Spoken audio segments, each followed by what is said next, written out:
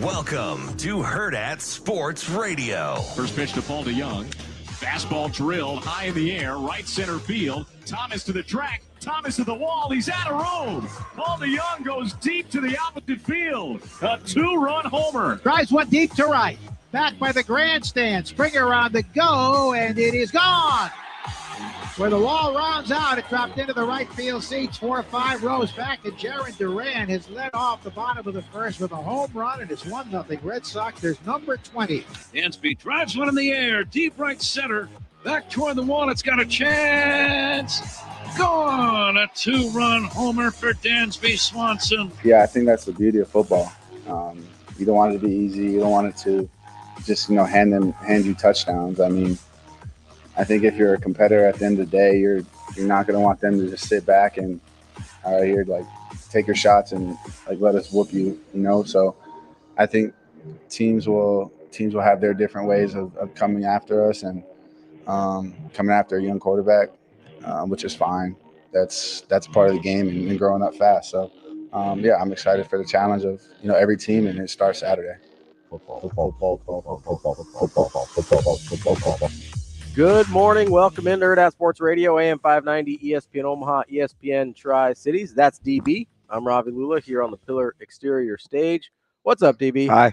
I actually have a hot take already. Oh, geez. We just started. I know. I gotta get them out. Your hot take is it have anything to do with current? It has to do with something Dylan Rayola said in that clip. Gosh, we're on the Dylan train. All aboard the hot takes. I will go with you want his barber. To be honest, I'll keep it 100 with you guys. I'm gonna keep it 100 with you guys. My hot take is he said 100 and not 100. I think I would like the defense to just hand us touchdowns. Yeah. He said that's not fun. I think that is fun. Yeah. The defense should just let's take our shots. That's your flaming hot take? Yeah, I would disagree with Dylan Rayola already. I do want him to just hand us touchdowns. That's a story I keep in-house. Yeah. You can always let's take it to the house. Let's go to the house. Don't always spill the tea. I still want to know where that came from. But spill the tea? Yeah. I'm guessing somebody knocked something over and oh, shoot. No, that's not what I'm talking about. Oh, different kind of tea. If I hit you with this book already, would that be? Buckle up. It's going to be a fun ride. He did say that. He did. Should he have just dropped the mic? Yeah, I'm out. Thanks. I'm out. Peace. Boop. No. No? You don't think so? Yeah, I don't know. Maybe. I don't either. I'm still trying to recover from accidentally swallowing soap this morning. So if I accidentally keel over, it's on me. What kind of soap? 1, 2, 3. It's on me. Squirt, Irish Spring with aloe vera. Was it like the body wash, or are we talking like a shampoo? Yes. So I don't know if Irish Spring makes shampoo or not. I'm dreading to even tell you this, but I'm going to get this out of the way and move on. I'm gonna leave this right here. All right. I like to use bar soap. Okay. After I use liquid soap, because bar soap gives me at least the illusion that I am all the way clean. So it's not just about soaping yourself twice. Like the bar soap actually makes you feel cleaner. Yes. Okay. I mean, I don't use bar soap, so I don't know. Yeah. Well, whatever. Shame on you. Okay. Well, So I went back for round 3 because Zoe likes bubbles in her bath. Okay. So I run her bath water as soon as I get out of the shower. Okay. So I'm like, fudge, this is so stupid, but it's vintage DB. I don't want any drops after you squirt. Because the worst thing is when you come home or whatever and you see drops because your squirt bottle had a little extra oomph in it. Okay. So I was like, let me just make sure it's all out. So I put it on the rag. I was like, I might as well hit the face one more time. But I was a little loosey-goosey because I was singing. Yeah. And it just... You were singing while you were washing your face? I was like, I'm just playing while this bubble CD. And that thing wet. And it got in there. So, That's not. I mean, it's whatever. Yeah, you should. I mean, when you got the wash rag on your face, you should probably keep the mouth closed. You know what? Just in general, like as a life lesson. I was there. having a moment. It was just a random, like 2 seconds of it got away from me, and sometimes that happens. Yeah. Yeah. You know, it happens to the best of us. I was not that specifically, but other stuff. So it just happens to me in the moment. Sometimes I was messing around with Coach Sikora yesterday at practice, and he was like, we had film the day before. Mm-hmm. And he was like, gosh, I was kind of watching you in the auditorium. And he did like this pretend Stevie Wonder thing. Like I was just kind of like looking around, and he's like, I was just kind of watching you not be able to sit still. And he did like a little storytelling of what I could have possibly been looking at. He's like, oh, I wonder if there's air coming out of those filters up there. And I wonder where those pipes run. And and I was like, fudge, is that You're like, that's pretty close. No. I've been her monologue. No, that's not what I said. I was like, fudge. You're like, fudge. Where does that air filter go? I wonder if my deficit disorder, because I'm really paying attention. Yeah. I just other things may catch me. Yeah. So when Coach Queen or Coach whomever was talking, I probably was just like, I mean, I'm listening. I just probably wonder, like, it's a pretty sweet filter system. So you're like, man, where do those pipes go? Fudge. No, let's go, baby. So we're just gonna do the fudge thing now, huh? That's cute. It's a little funny. That's cute. And that ding dong solder. That is like an ADHD thing, though, where it's like you have to, in order to actually focus on something, you kind of have to distract yourself a little bit. Yeah, sometimes you'll be saying something and I'll look at Shane because I don't want to. But that mostly comes from I just don't want to be staring you in your cake hole, right? It's just like, is this awkward? I feel like it's just us. Yeah, it's like, this is kind of weird. But then I go back to my make eye contact. Who are you looking at? Yeah. I'm looking at you. You better look at me. Then he would like move my chin. I'm like, bro, I'm old enough to know where to put my head. Don't do that. Yeah, except I'm not saying don't do that. I'll let you feel this little spot on my sternum that still doesn't sit quite right. That's all right. That's the memory of old pops. Wasn't enough room in the hallway at home. Scoot over. My bad. But anyway, like that, like I'm cool with that hot take. I don't know if that's going to happen, but I mean, that's part of it. You know, somebody, it was on a message board, and I can't remember who. I should shout him or her out. But a couple months ago, probably a month ago, he posted a stat of balls on the ground that opponents have fumbled that Nebraska does not recover. And I always talk about it, right? Like I'm like, hey, and the ball's on the ground, get on it. Or when you get your hands on a ball, catch it. Yeah. But since I think it was since 18, X amount of balls had been on the ground, and Nebraska had recovered like 20-some% of them. And I was like, man, that's a sneaky good stat. I talk about that all the time. I just don't. Because I imagine the average is pretty close to 50-50. But it's terrible. So, for instance, how about Maryland last year? Okay. And that goddamn scrum that had all those red jerseys, and somehow Maryland comes up with the football. Yeah. Right? It's like, how do you not recover that? Or we saw it on Saturday with Georgia Tech and Florida State, where Haynes King cost them. And there's literally one Georgia Tech player there and 6 Florida State guys, and Georgia Tech gets it. So that's a lot of being opportunistic, and the difference. It's not just luck. And another right. And another difference between turnovers and takeaways. Yeah. So shoot, man, go Dylan. Like it would be not as much fun because you don't get to be on offense a ton. But would be a lot of fun because then we could stop talking about getting takeaways. Yeah. Be opportunistic. Being opportunistic comes from being in good position. Yeah. Right? Like the more you're in good position, the more chances. If I'm not scrambling and trailing, then I can listen. It isn't. Yeah. It isn't coincidence that Iowa gets takeaways. They're in good position a lot. That's one of the major things from the football analytics movement that sorry from the Iowa reference. That's all right. You know. Everybody knows you love Iowa. It's okay. And Shafe's still driving that thing home that I'm recruiting for Iowa. That's not true. No, if anything, it's probably Wisconsin. That's fine. No, because I had to hear yesterday in Lincoln down at Big Red Wrap Up that apparently I'm recruiting for Oklahoma. I'm like, you're recruiting for Oklahoma now? Yeah, I'm like, you guys realize Christian and I don't talk about recruiting. Yeah, directly. Sure.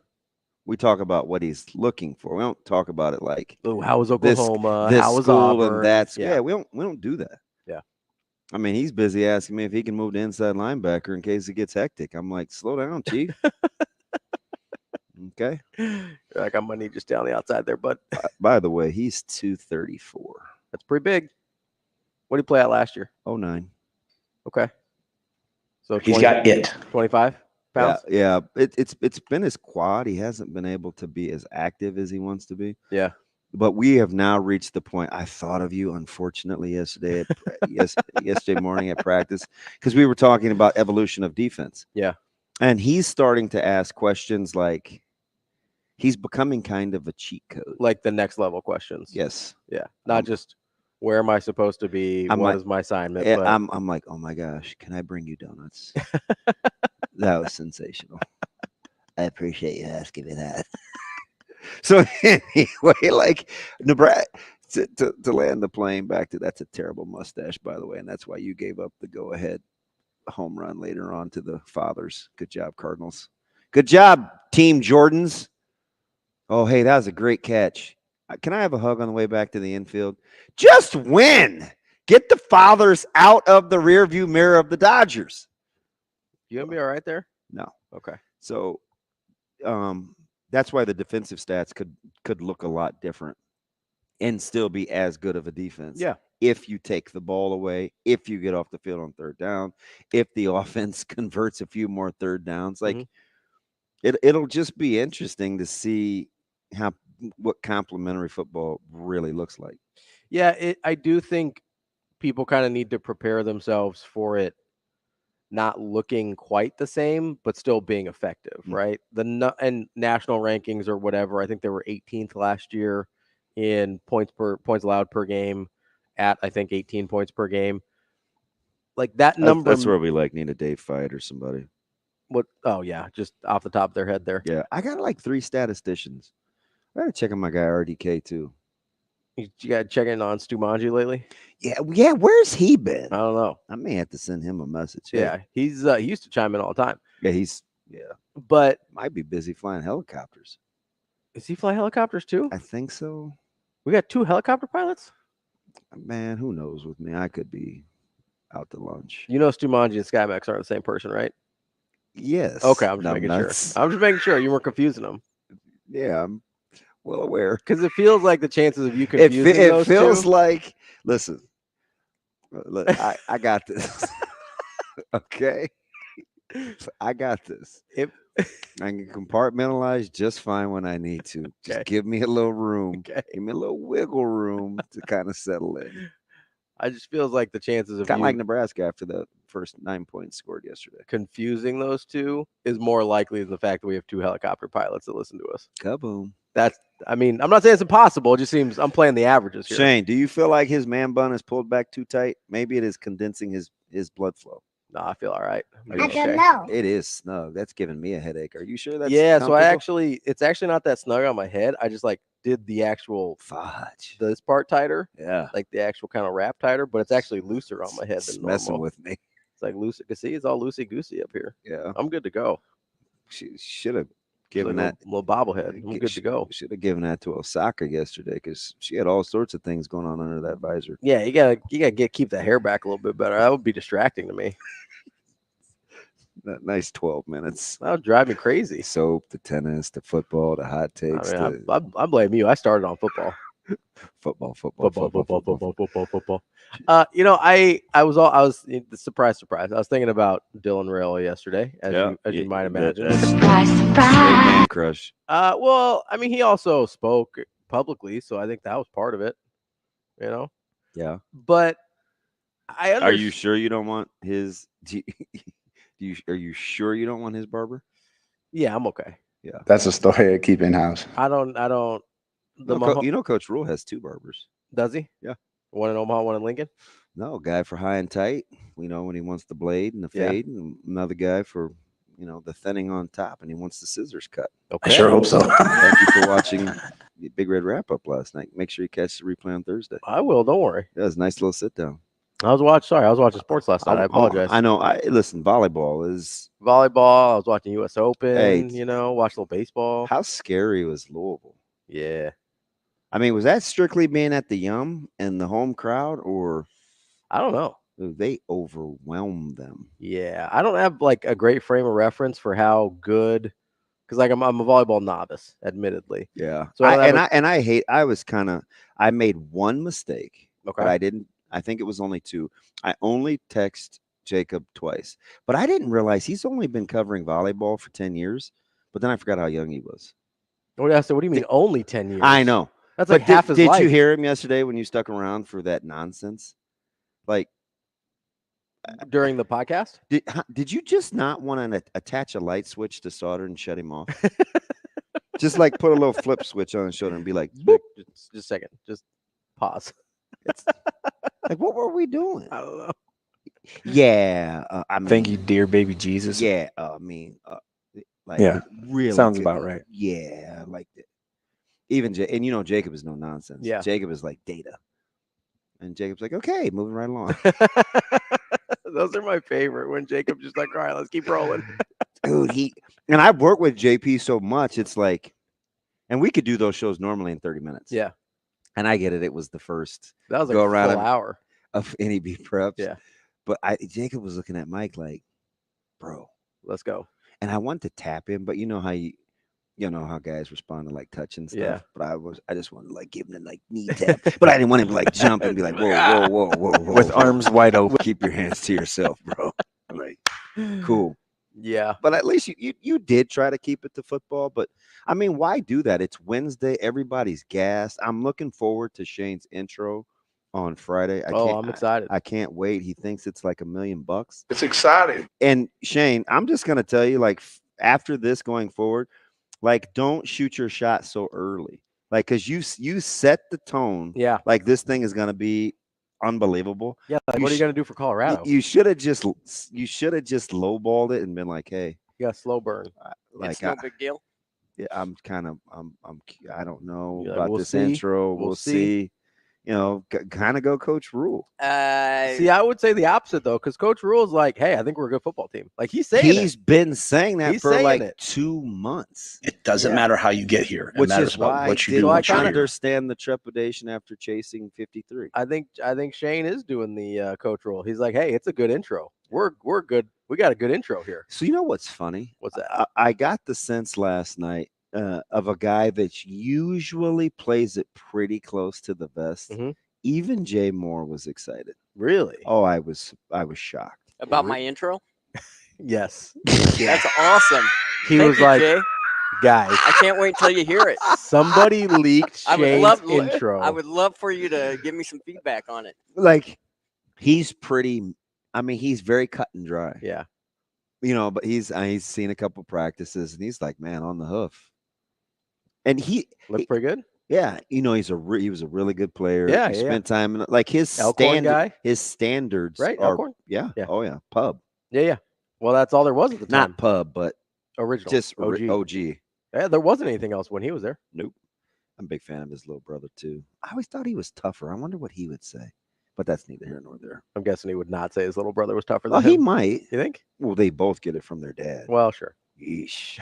Yeesh. Yes, sir. One-time 49er, Jay Moore. Yeah. So anyway, for guys like that to kind of feel good, mm-hmm.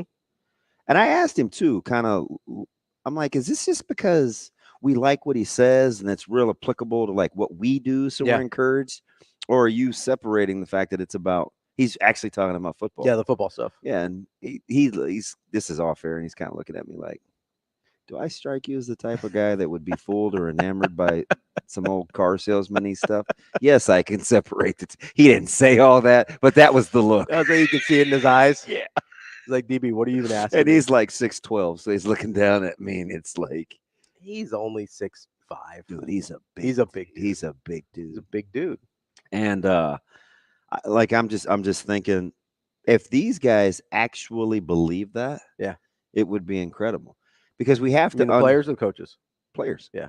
Because we talked very little in this offseason about the physical prowess. Yeah. It's all been about, hey, mental approach Yeah. and how you attack the day. Well, and you know why? process. And Do you know why? because it's an emotional hurdle they got to get over. Because I don't think it's been a talent thing for years. No, I've said you ain't got to tell me. Like, I'm 100% locked in. I said there's been a handful of games over this dismal spell where we were like, they're oh better. my God, they're just better. physically better than us. And it's mostly been like Ohio State, Michigan. That's about it. Yeah. Like, that's about it, really. Everybody in the Big Ten West, I was like, yeah, Nebraska physically can match up with any of these people and is better than a lot of them. Everybody. I've never thought especially in the last 8 years. Now, if you're talking about going from, getting to 8 or 9 wins to that next hump, okay, we're out of a different conversation. But to be where they were for the talent they had is inexcusable. Your voice is cracking. Are you excited? I'm just so emotional. I know why mine cracks. It's because you've been yelling and coaching. Sometimes I just lack testosterone. We can fix that for you. Yeah. I am 50. I'm looking for all sorts of cheat codes. What do you got? What do you get? I know a guy. You got a guy? We got a guy. Man, pump me up. I might have, I don't want to spoil anything. You know me. I'd rather be caught with than without. We might have, might got a little new friend of the program. Hey, what's with the loosey goosey shake? Hey, yeah, I've been watching Steph Curry too much. Get a little shoulder shimmy. It always has to go back to Steph. Always, 100% of the time. Yeah. So folks were not excited about my Emmett Johnson MVP take. I got that since yesterday. I got zero pushback on Turner Corcoran. So either people were too focused on you or they're like, oh, that guy's just crazy. Yeah. You think you got the eye roll? Maybe. Yeah. People are so much more negative about Turner Corcoran than I am that I don't really like. It's to the point where I don't get it. You'd appreciated my restraint and discipline yesterday because I wanted to go in and I was 30 yards from the complex. Yesterday? They were just finishing up meetings. Yeah. And you know what I did? I kept my sunglasses on. I did park poorly. Kept on pushing? I parked like on the curb at the complex. I went and got my credentials, got my parking pass. I did not stop in the facility at all. Yeah? Yeah. How about that? Why not? Well, number one, I was out of time because I had to get back over to the studio. But number two, it just wouldn't have felt right. Too close to game week to be fraternizing. Yeah. Yeah. That's a great word. Yeah. I got you. That's a great word. No distractions. Yeah. Keep the blinders on. 100%. I got you. A coach who shall remain nameless did not like my gear one day down in Lincoln. And he said, man, he's like, would you grow up and go get you some stadium issued gear? Utilize your resources. And I was like, good morning. How are you? Good to see you. But then, low-key, I had to text Jay Terry. I was like, hey, I have to get some travel team issued gear. I just got clowned for not wearing appropriate attire. So that sounds can I come see you? And I've been delaying that. I should have gone to see JT a while ago, right? Because he does help me with like travel gear and stuff. And I'm like, but I don't even try to. I don't want to show my face. Yeah. Right? That sounds like something Coach Rule would say to you. He shall remain nameless. I don't know who. No, real talk. Like, I don't know who it was. I just know I felt like that was not a great hello. Just judging by some of the phone calls you told me about, like that sounds. It's not. That sounds like. Sometimes I just want like Coach. Hey, why don't you use your resources? Hey, bud? man, how you been? Hey, why don't you use your resources? Hey, good to see you. Why don't you go? Nah. Why don't you go get some stadium issue gear? Grow up. Use your resources, DB. Grow up, man. We'll be back to set up the show next on Hurrdat Sports Radio.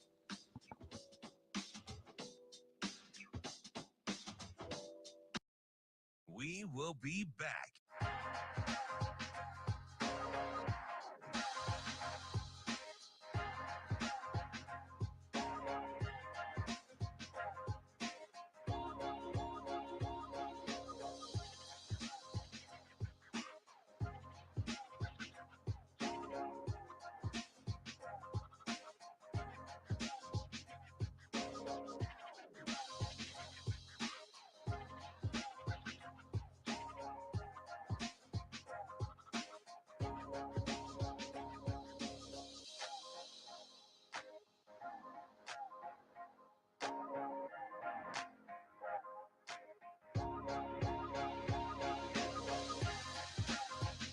We will be back.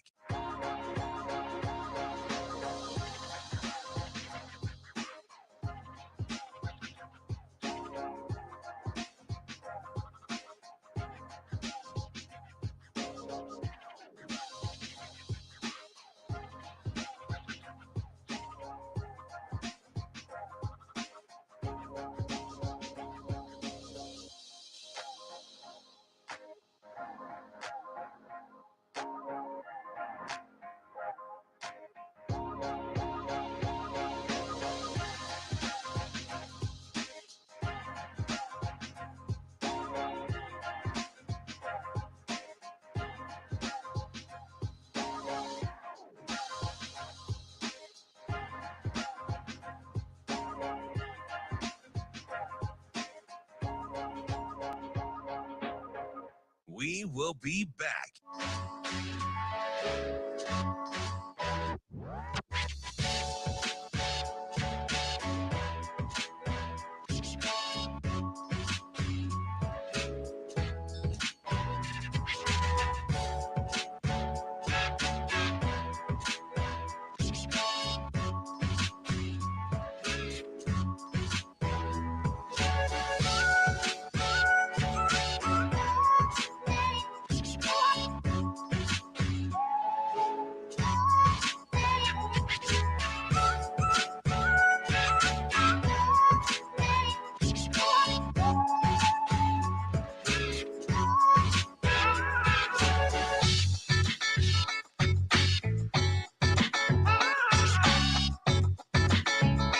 We will be back.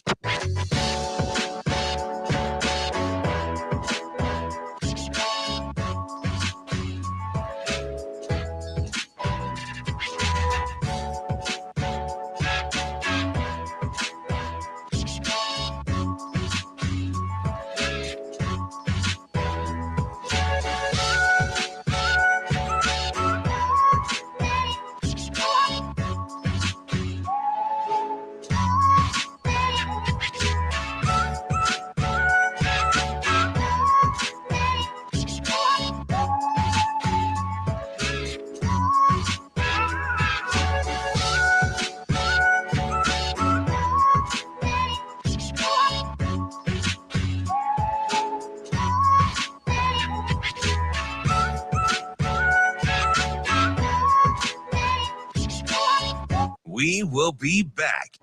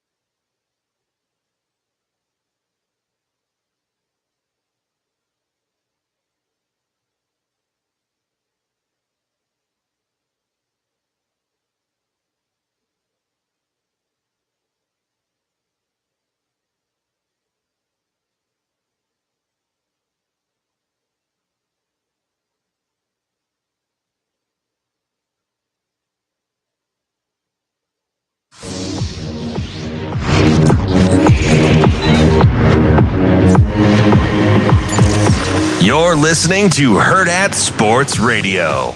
I guess Coach Rule just after practice was just like, hey, you're our starting quarterback. Congratulations. And that was it. And he went to the media and it was just quick. It's about our team. I don't want to make it about me or what I do. And I can't win the game by myself. So it's going to take all 11 on both sides of the ball. And that's our focus.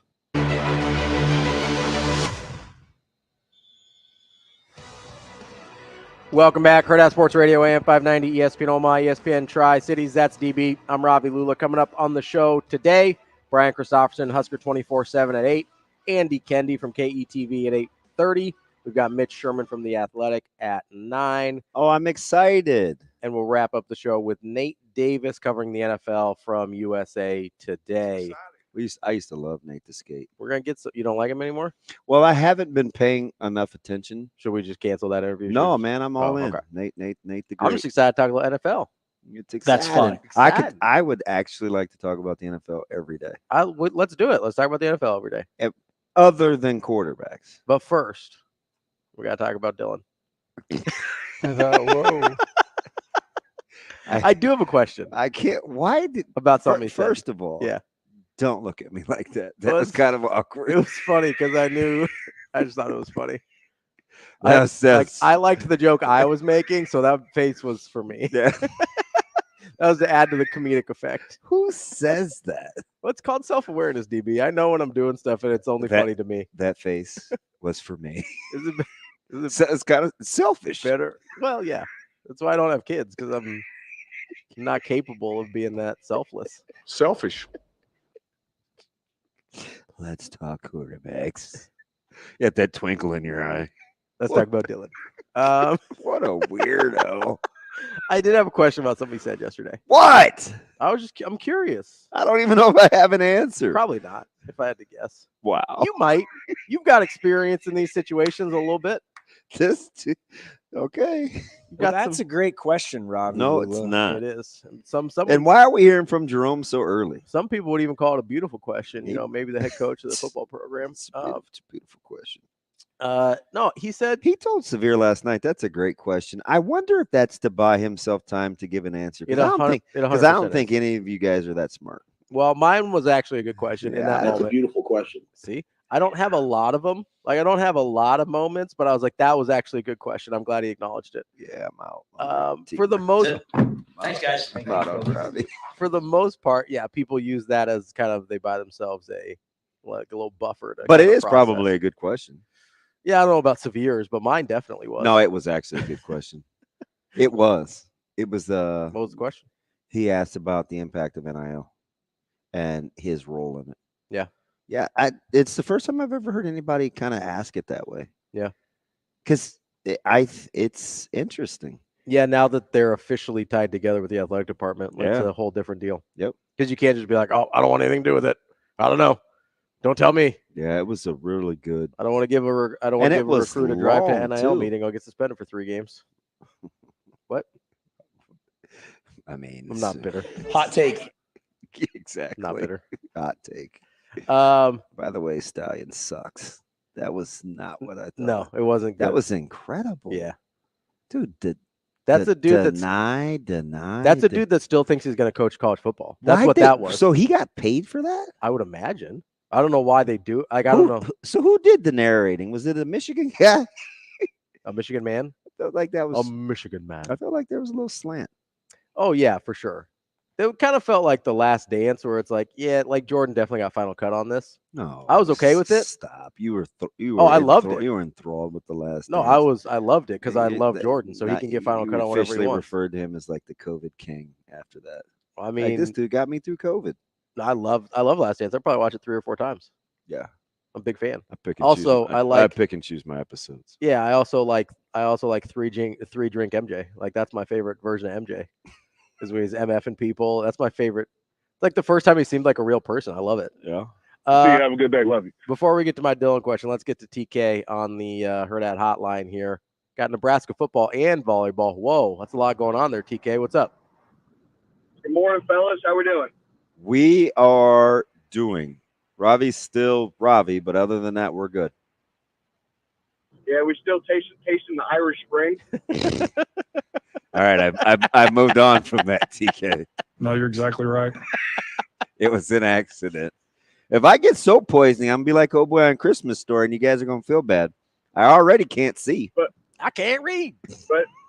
But instead of like the guy on Christmas story saying, you're going to say, fuck. All right, everybody's got jokes. Cool story. Appreciate you guys. What's up, TK? So is the only thing stopping Lindsey Krause from winning National Player of the Year the embarrassment of riches at Nebraska? Oh, you're on my hype train. That a boy. Can you believe she's a senior?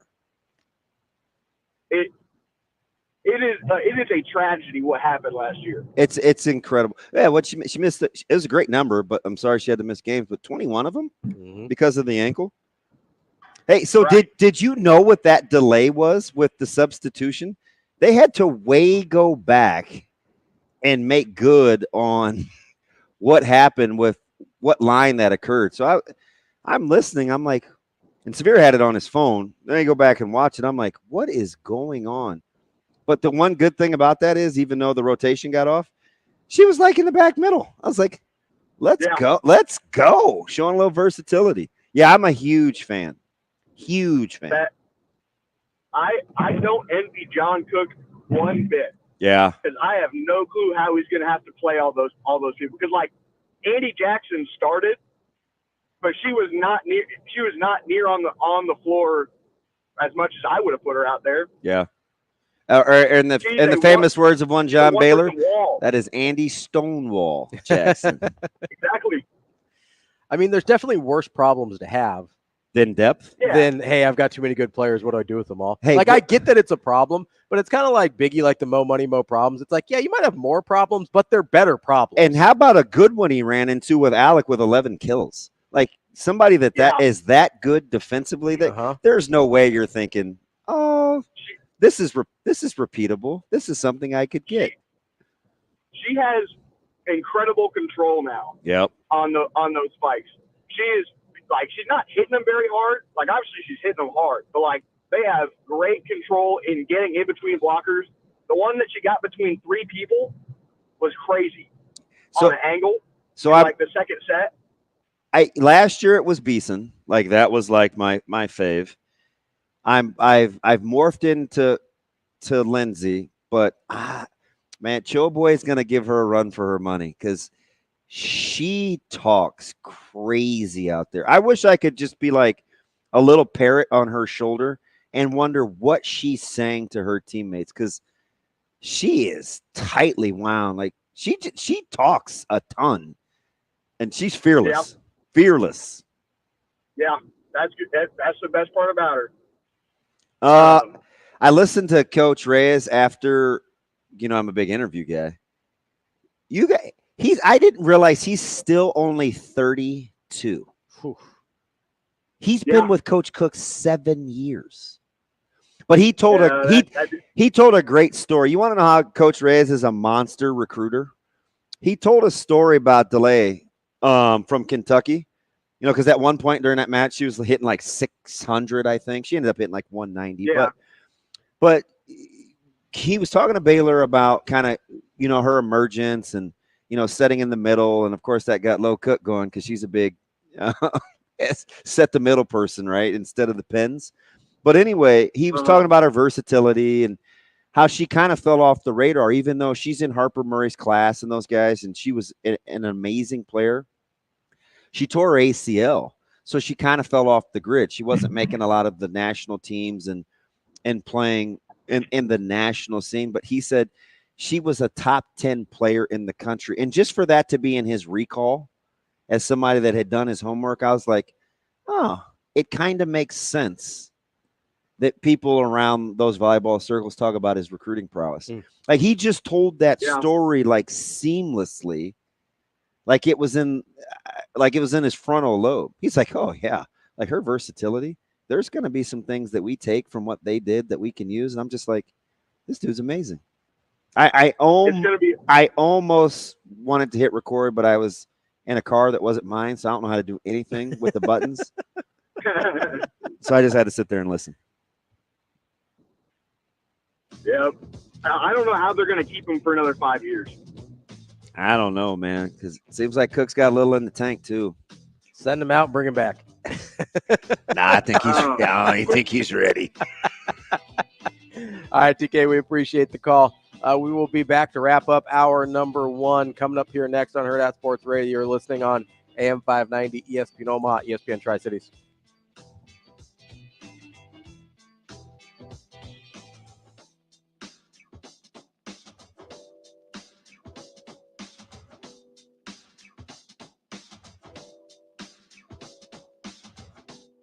We will be back.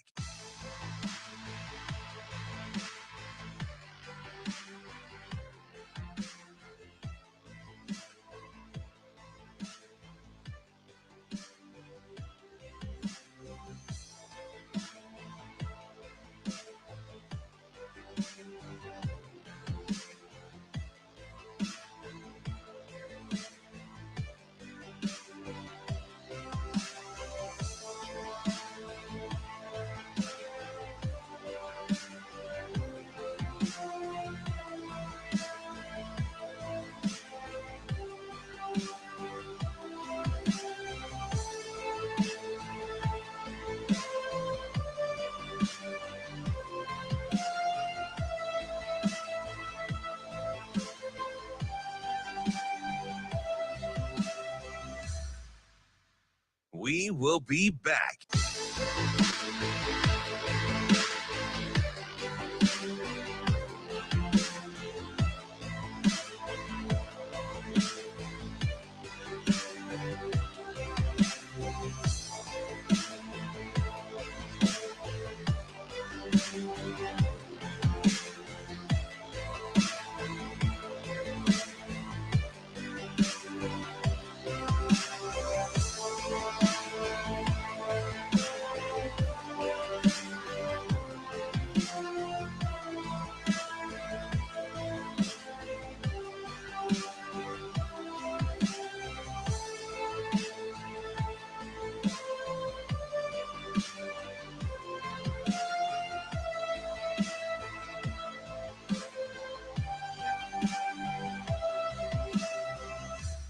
We will be back.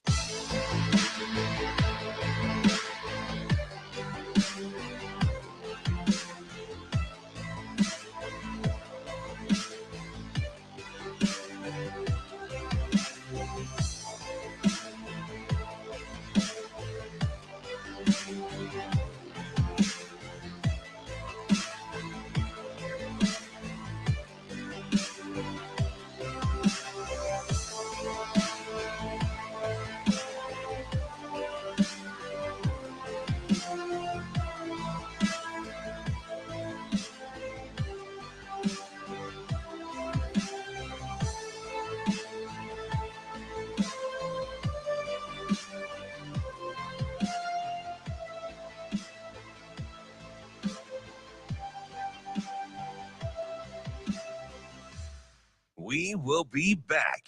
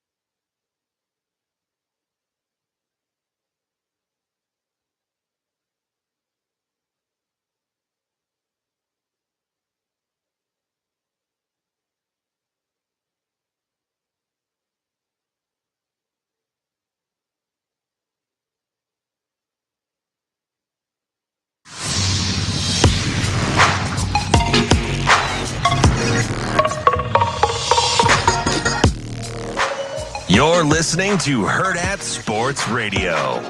It's huge because you know the quarterback, they got to add extra hats in the box, and it's a whole different deal how you have to attack a quarterback running team. It's going to be more traditional. Our running backs are going to have to step up, but we still have Heinrich out there, and Heinrich can do a bunch of different things for us. And Heinrich's going to be out there on the field with Dylan a lot. And shoot, Heinrich's too athletic to be standing over there on the sideline holding a clipboard. So we can be creative and do a bunch of different things. So we can generate a run game by handing the ball off. We can put two quarterbacks in there. We can do a bunch of stuff.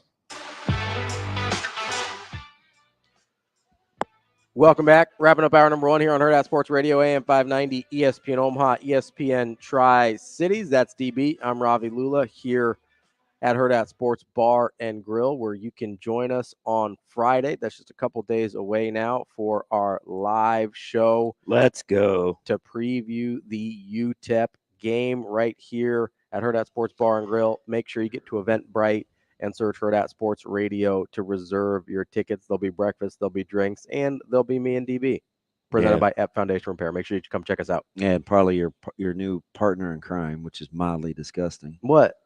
Well, he does work from home. I wonder if Ryan can break away and come see you, come say hi. Maybe. A couple of Knowles weirdos. If not, I'll probably just see him on Monday. This whatever this stuff is going on social media, you two need to knock it off. Well, we're just being friends. I don't appreciate this is your fault. You introduced us. Well, that's fine. But the whole the three-way tag match, I feel like I'm one short. I need a partner to tag out to. It's incredible. I think you like introduce me to people and then forget that other people like me, and then you're like, "Hey, what's going on here?" Well, you got to know going in. There's like a 98% chance they won't. Ryan is a 2%er. Oklahoma Tyler, 2%er. I'm saying the percent seems awfully high with the people you hang out with. And Micah, like, just what do those three people all have in common? I mean, DJ, like that. No, DJ is different. A lot of people. DJ's the outlier. But a lot of people you introduce to end up liking me. I don't know. DJ's the outlier. Micah, Oklahoma Tyler, and RP all have that. Have the what, DB? Kind of have that I couldn't care less to them. I mean, your mom likes me. Caleb likes me. She shouldn't count. She likes everybody. I mean, Caleb doesn't like everybody. He likes me. She's like, I like how the blue brings out the blue and the brown. You look nice. I do look nice. Thank you. No, I would never say that to her. I think I just said thank you. Maybe I didn't say anything. I don't know. Well, you got to reply to your mom's text, DB. Come on. I'm going back to look. You got to go back. Oh, my goodness. What did I say? I said... I said yes, because she said, did you hear Coach's interview with Michael? I wanted to say, well, I'm in studio. I can hear it. But I didn't. Yeah. Because, like, full disclosure, like, it was pre-recorded. So it was like 20 minutes that I could have just sat there and done nothing. Yeah. And Jay Moore disappeared. I wonder where he went. Probably working. Nope. You know what? He was talking to Gas Can. Because he had just gotten the studio. Yeah. That's our guy. It's neither here nor there. Let's talk quarterbacks, because you have an affinity for. I just have a question. Young Dylan. I have a question. So if it's what I think it is, I don't know. What do you think it is? I think it's the deal where they talked about they're trying to practice and be like the NFL, and it didn't go over well. Oh, no. I did have that other question, but that wasn't the one I was talking about this time. Oh, gosh. You know how these open-ended, don't prep me questions go, right? Yeah, they usually go great. Okay. I like getting your... Ooh, he got stoned. Fire away. I do like getting your unfiltered, like you haven't had a chance to overthink it kind of responses. Yeah, so whatever. Dylan said something yesterday about, he was asked a question about his receivers and about how they earn his trust and things like that. He kind of turned the answer around and said, well, I actually have to earn their trust. This is a real question. I'm not being snarky. Is that a real thing, or is that just him trying to be humble? No, that's a real thing. Okay, so explain that to me, because we hear the other way around a lot. We don't hear that it framed that way very often. He understands full well what he's dealing with. And there are some guys that have been there and done that. You know, you have the Banks, right? You have the Fedonis. There are a couple of guys. It's been a minute, but Nair has been productive in the Division I level. Yeah, and I wouldn't even count him, but I would count him. Yeah. Right? So, if that makes sense. Yeah. Bonner. Yeah. Where there are these guys that have this presence. They've been around a little bit. Real veteran-y, kind of unflappable, understand protocol, lead by example, and he's the new guy. So even though he's the distributor and he's the what's the person, the headliner, like he understands the role that they play. So I think it's just reverence to how they do their work. I don't think that was quarterback talk at all. Okay.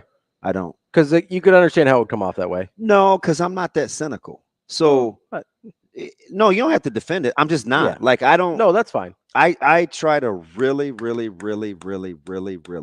that 7? Stay in the moment of what's being said and not get into that so much. Like, because I think for Dylan, what he's already done is he's become kind of an extension of that coaching staff, but some of it comes by naturally. What's he do? He deflects compliments and he absorbs criticism. That's why I thought it might be.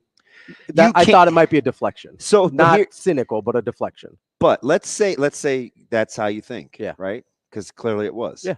I thought it could be. How impressed would you be that he could do that real time? I'd be super impressed. Okay. So that's part of it too. Yeah. Like just having the wherewithal of self-awareness. The way that I heard it was the same way I was hearing it every time Coach Rule or Sat or Glenn Thomas or whoever was asked about the quarterback room in general, or was asked about Dylan Raiola specifically. And then answer with the quarterback room in general. I always took it as like, hey, this might be true, but it's also a deflection, right? Every time they're like, oh, hey, what makes Dylan special? And they give a couple of things. It's like, hey, but I think we're going to need all 3 guys to get through the season. And so they're like, hey, this part. You do know that's true, right? Yes. No, okay. Because but just because it's a deflection doesn't mean it's not true. I don't know why people keep saying that, like, to be lighthearted and funny. No, I'm not. Yeah. Stop. No. Don't do that. Don't do that. I don't. I want you to be able to be like Willie. I want you to be free to think what you want without having to explain it. So I'm not saying you.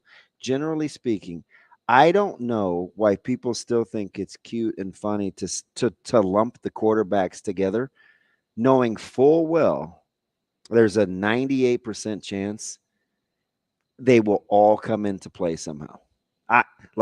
If you don't think that's the case, you have not been watching the last 7 years of Nebraska football. Well, I think there's also, I think I heard this yesterday. Doesn't mean a guy can't be the guy. Right. But you don't play the game by yourself, and it's a long game. I think you have to play the long game. I heard this yesterday, and I don't remember where, so I apologize to not giving credit to whoever said it or wrote it. But I believe in 5 of Coach Rule's previous 7 years as a head coach, it took multiple quarterbacks to get through the season. We've talked about that. Yeah. We went through the PJ Walker, the quarterback race, by the way. Hopefully somebody picks him up because he got cut. Charlie yesterday. Brewer, the whole thing. He's done that. Whether it's injury, whether it's competition, whatever it is, taken multiple quarterbacks to get through most of his seasons. Obviously, we've seen it take multiple quarterbacks to get through most of Nebraska seasons. But I think that something can be true, and you're deflecting from the original question at the same time, right? Like you can deflect from saying, yeah, I do that all the time. Right. So you can be like, hey, I don't really want to answer the question you asked me. I'm going to give you this other information. Yeah. And Coach Rule's really good at that. Yeah, I do that all the time. Coach Rule's really good at it. And so I was impressed I hear you. Real time that I thought Raiola was able to do that as an 18-year-old after only being around him for 8 months or whatever. But I wasn't sure how much of a reality there is in, hey, I have to earn the trust of my receivers. Now I get kind of a team in general.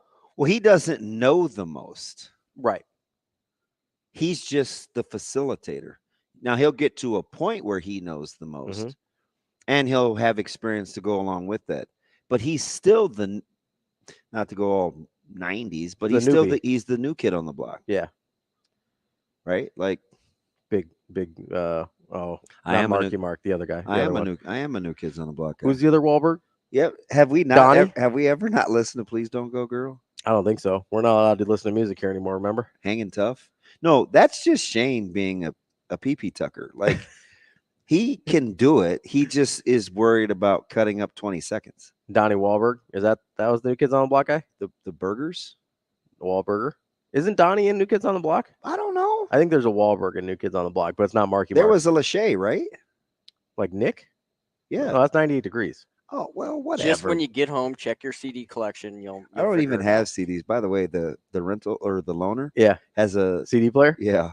Man, I haven't seen a car with a CD player in a minute. That's awesome. No, actually, it's not. That vehicle totally fits you. Setting up my Bluetooth took 22 minutes. I was kind of looking at some. I would buy that though. I was kind of looking at some used cars, and because like there's some like older like body styles and stuff that I like, and I'm like, would I play CDs? Like I don't have any. I've just found a bunch when I was helping my parents clean out their old house. I don't have any. I found some of the binders of them, and I was like, well, I've got them now.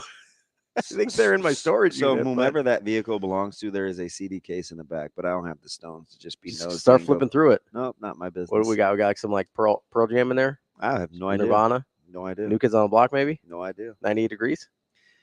Okay. Backstreet Boys. Backstreet's back. All right. I noticed you picked all the Back in the day. the Anglo groups. There was like Shy, and there were Boys to Men. Yes. All for One. Yeah, there were Keith Sweat. Yeah, there. No, that wasn't part of the bubblegum boy band era. But I don't think DR was deflecting. I think he understands that. Like if you watch Fedoni and Bonner and Banks and those guys do business, there is a certain level of reverence that you can have from watching those guys just show up and go to work. So is that more of like a football on the field trust, or a general like, hey, trust the young guy? Hey, I got you. You guys have paid a price. I want to do my part. Okay, so like a more general spectrum. I got you. That makes sense to me. We'll talk to Brian Christopherson coming up next. Husker 24/7. We will be back.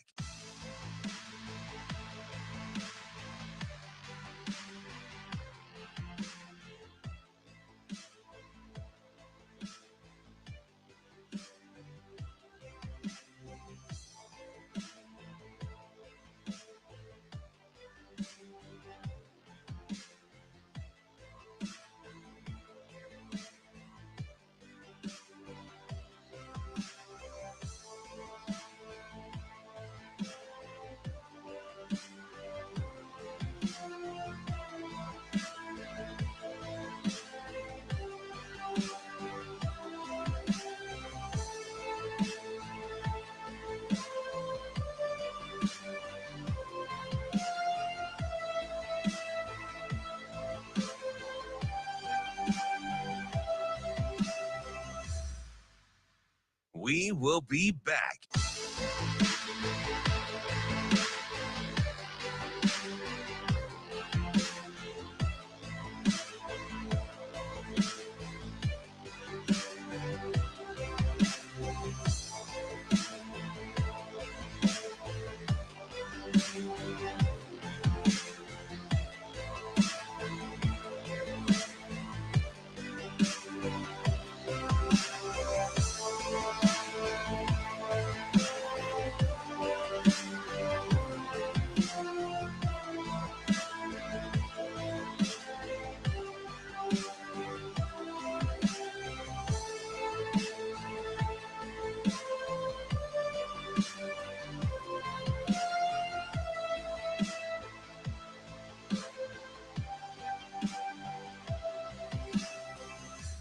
We will be back.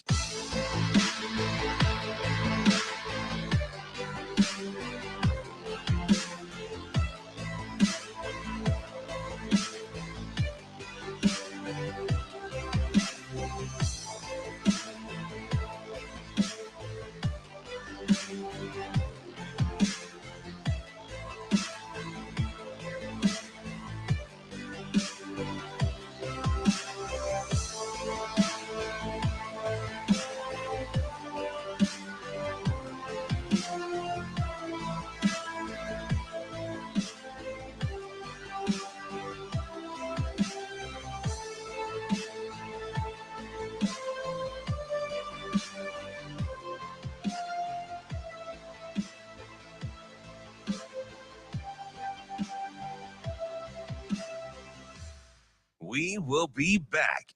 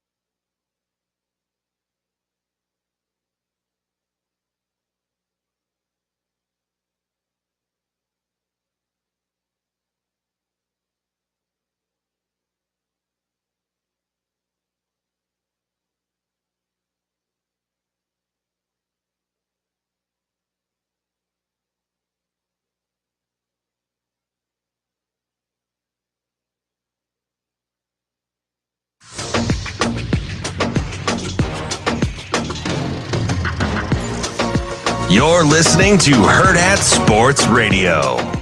Here is Husker 24/7 senior writer, Brian Christopherson. Yeah, you got guys and walking into Ace Hardware without their shirts on. Brian Christopherson. We got a pretty good sewing circle in this state. Brian Christopherson. To me, it's like crunch time, baby. Here is Brian Christopherson. You can see it when they, especially when they play the FCS opponents, the FBS opponents, they play to win.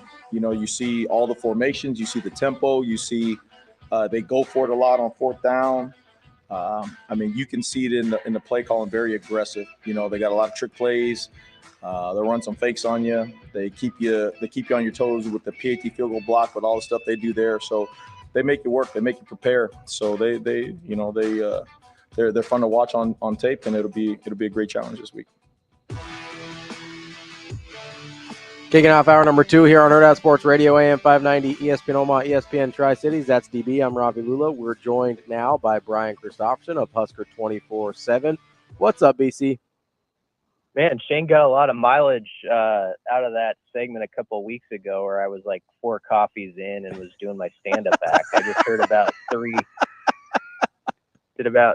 drops from that. We're in that opener. Yeah, you and me, BC. Sometimes I think we're in the tree of trust, and then I come in some mornings and I'm a little gassed up and I say a lot of crazy things, and the next thing you know, I have to hear about it for 2 years. So it's like, hey, well, welcome to the club. You always got to be on guard if you're kind of in a mood. To me, it's like crunch time, baby.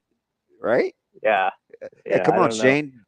Do better. I think the Ace Hardware was my favorite line. Yeah, you got guys and walking into Ace Hardware without their shirts on. I'm not gonna lie, BC. I laughed out loud. That's like, of all the things he could have said, it's pretty funny. That's why my grandpa always said, listen more than talk, because I guess they can't make drops if you're listening. But that wouldn't be good radio, so I'll talk here a little bit. There's crickets chirping. Hey, so Ravi asked me a question, and I did refrain from choking him because it's not his fault that he asked it. I think we have not been able to handle when the coaches say it. And it's in regards to multiple quarterbacks and everybody's needed, right? We kind of roll our eyes and, he named the quarterback late, and it was like a well-duh moment. And I just think it's interesting, right? Because we have such short-term memory. Like, we've had some quarterback battles, and we didn't think they were battles. And, you know, for all the love that Martinez got, Frost didn't name him till the week of the start. Like, it's been worse. But as the amazing Daniel says, BC, across college football in general, multiple quarterbacks have been needed to get through a season. Why do we have such a hard time consuming when the coaching staff says that? I don't know. Hopefully we don't moving forward, because you're correct, and amazing Daniel is correct. That don't say that. We'll never hear the end of it. He's a BC guy too. Oh gosh, it's over. Well, he's reading the right scripture on that. I mean, it feels like Oh geez, you realize, BC, he self-glossed amazing. He'll never come down off of this now. He's right, though. I mean, most every team's going to have to use multiple guys, and I think people don't like to talk about it sometimes because it's the cruel side of sports, and there's things that pop up. Like, it doesn't have. I'm not talking about like a season-ending injury or something to a player, but guys are going to go through something nagging, or they're going to have to go out a few plays, and there's going to be a key moment late in the first half where someone has to come in a pinch and be ready. And that is a constant every season. I can't remember one where that hasn't happened. And you brought up Taylor Martinez. Like, I remember his senior year was cut pretty short, as people might recall. When everybody was all excited about that, you would have just thought we could build the whole offseason storyline around him. Tommy Armstrong ended up playing, half the year by the end of it. So that's the way it works most of the time. And so a coach should always have his guys thinking you should be ready to be called on, because it's almost a certainty you are going to be called on. BC, how much do you consider in that sort of equation about multiple QBs the fact that QB run game isn't going to factor in nearly as heavily? And the last time a guy did make it through the season intact, more for lack of a better term, was Tanner Lee, who also was not part of the quarterback run game, really. Yeah, I mean, that might help a little bit for Ryla's sake, but you know what? I think he's going to be. I'm not saying they're going to run the ball just a diet of like planned QB runs as much with him, and that's what I think you're talking about. But I do think people are going to be surprised with his footwork and sort of the way he can move around. I think there's sometimes some thought on him that he's not a statue, but he's not as mobile as I think he actually is. And he's worked really hard on his pocket presence. If you listen to Matt Rule and Dylan himself talked about it the other day.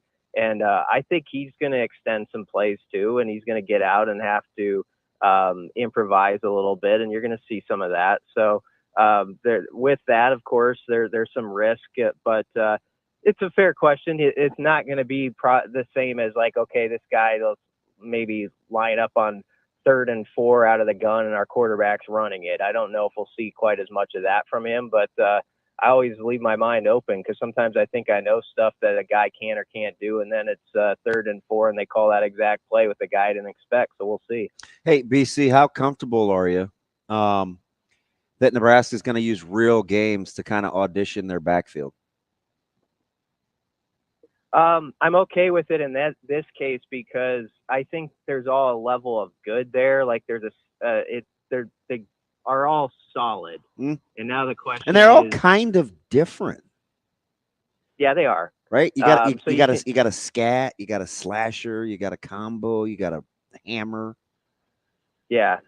So, but I mean, I do think there's that point pretty soon where you'd like kind of your 1-2, and then maybe there's the guy who has his own role a little bit. And I don't know how that's going to play out, honestly. I got asked that the other day, and I feel like my answer could change like from Tuesday to Wednesday of who I would favor in that competition. So that basically means I don't know, which is common.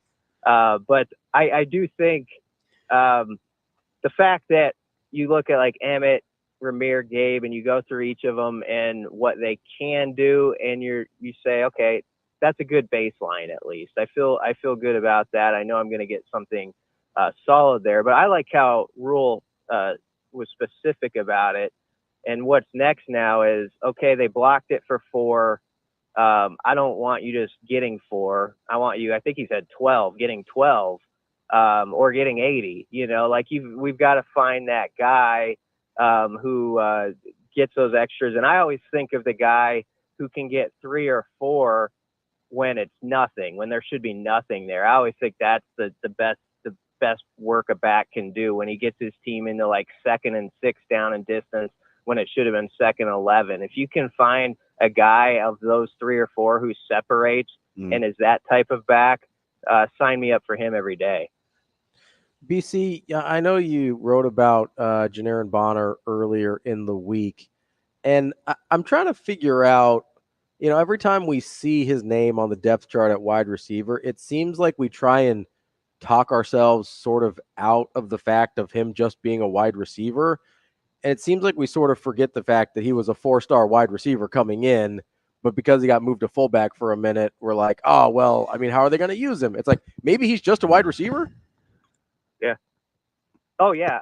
I think he definitely has that skill set where it's you need 5 or 6 yards on a 2nd and 5. He's a perfect guy, I think, who's going to be a tough matchup in the slot. Now, I do think because of his fullback background and stuff like that, he's going to be a physical presence as a blocker and all that stuff on the outside. I think that's going to be a huge part of his game. But he's got really strong hands. Everything I've heard about him, he's a really good route runner. And you're right in the way you brought up the question. He was a really well thought of recruit when he came in here as a wide receiver. And so I don't think people should sleep on that at all. I think he would not be with the top line if he were just a guy who was going to go out and block on the perimeter for Isaiah Nayor or something. Like he's a guy who can get stuff done in matchups against defenders that I think a quarterback is going to find very useful. When you're talking about, you know, how Dylan says, hey, you know, I'm a part of, it's not just me. I can't do it by myself. Pretty easy to separate quarterback speak from reality, considering the latter has been talked about since he stepped foot on campus. Yeah. And I think he's respectful too, in everything he says about, like, yeah, he's the guy we always talk about who gets up and he's on the bike or whatever. He's throwing the guys at 6 a.m. and then he's studying film till 9:30. But I think he'd be the first to say there's a lot of his comrades who are right there with him, wide receivers, who are like Ja'Cory Barney. I know those two were our roommates, I believe, and they'd get up and throw together all the time. And so, he knows how much work those guys have put in to be precise with where they are. And like he said, even the amount of running they do to get open, like the amount of, toll or miles they put on their body to be ready for this. And so there's a responsibility you feel within that. Like, I just got to do my part because I know those guys have worked really hard to do theirs. So I want to kind of meet to have that merger there where all our skill sets and everything we've worked at, maybe what I do is different than what you do as I get ready, but it all comes together now. And so I thought he was really respectful and like a few of his answers and kind of leading the conversation that way yesterday. BC, does it feel at all to you like when he answers questions that way that it's sort of a reflection of the coaching staff and the way that they tend to deflect things that could be seen as overly complimentary to them and still give you some truth, but just not really to answer the question that you asked? Like it kind of feels similar to me sometimes of what you hear from Coach Rule. Yeah, I would say so. And I mean, right now there's a lot of we're in that week or two before the season where everybody's writing their big Dylan Rilo stories, and they're really gonna pump up an individual even more than he has been. And I always think it's important for a player in those moments, like, it just focus yourself on what you have to do and what you have to do for your team and the guys around you. And usually you're in a good headspace if you can do that and not get all caught up in, every question is about you or like, what did you, how you did this or did that. Like there's going to be a lot of parts that have to work right for this season to be what Nebraska wants it to be. Dylan is one of them. But I think he knows there are also really good players that are going to help make him look good too. Like I go back, Ravi, to the spring. He was being asked sort of about like the home run ball and sort of the deep passing game. And obviously people are excited to see him unload a few of those or hit Jalen Lloyd for that big 50 or 60 yarder. But he brought the answer to sort of the short passing game and knowing that he has the guys around him who get them the ball in space and they can take a short pass and that can be a 40-yard play without you throwing it down the field deep. So I think there's a really good understanding there and maturity, and that short to intermediate passing game and the rhythm he has with those guys is going to be as important as anything for this team this season, I think. Yeah, I just hope they come out and like fake 32 roll, 9 go and just chuck that thing 68 yards on the first play of the game. That'd be all right too. I mean, how about the irony though? Because I just get the sense it's going to be something crazy because he's been very, very clear on a couple of things, and they all mean the same. We're not going to play afraid. We're not going to play game. We're going to play game one and let it rip. We're going to play as though this is a playoff caliber team. We're not holding back. We're coming out guns a-blazing. Like he's told us all these things, right? I'm not.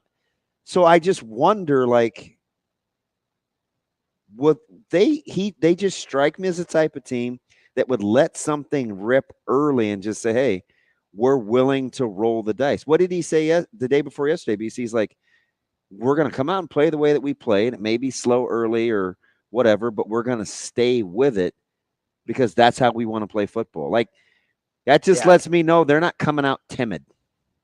Oh, don't get me wrong. There's a nice little message you could send, not just your opponent on that day, but other people coming out, like having to play like you're talking about. And I could totally see that. I just think within the game and the season, I think back to these Husker years recent, and sort of the short passing game. And there's been sort of the screen stuff where the quarterback has just missed on layups where there hasn't been any rhythm. And like, it feels like this chunk percentage of plays have just been left at the curb with no chance to succeed because some of the basics of like the short and intermediate passing game haven't been there. So I think if Dylan and the receivers bring that up like 2 notches, then everything else around it is going to look is going to really open up too, including some of those deep balls. But yeah, I don't doubt for a second that they could come out and try to hit a home run right off the bat. That wouldn't surprise me. I'm not saying like White's going to roll out with like a 0 blitz, but like it just seems like they're going to be aggressive. They're not going to be on their heels. At least that's what I kind of gather. Yeah. It's always fun, that game people play this week. Like, okay, what's the first play call? And then everybody wants to have like the coolest call they've ever thought of, or their brain could imagine. And then it's like fullback dive to Harburg. Yeah. It'll be a 3-yard gain, 2nd and 7. And that's football, but it's fun. It will be fun if they went deep on the first play. I admit I would enjoy that. Deep shot play 1. Let's go, baby. Well, it's like 14 personnel, but Harburg's like the H-back, and they motion him to run dive. See, I told you they were going to play together. I mean, we picked through like Sat's comments. It's like, come on, you guys, let's just play football. Like they need to run that play that Nebraska ran the 1 year at Michigan when Urban Meyer was in the booth, where they handed it off. I think they handed it off at the goal line to Rex, who then pitched it to Amir. Yeah. So they handed off to Harburg as a fullback, and then have him run an option pitching it to Ramir Johnson. So that would be. Let's bring Jalen Lloyd around in motion. Or we could do and then a reverse to Jalen. We could do the one play they actually scored on against Minnesota, the bounce pass to Jeff Sims. Like, let's get Harburg out there. Yeah, I don't know. Even that was ugly. Let's bounce pass that baby out there and see what we can do.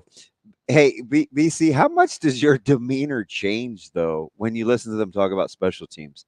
Because it is it's a little bit of a tenor change.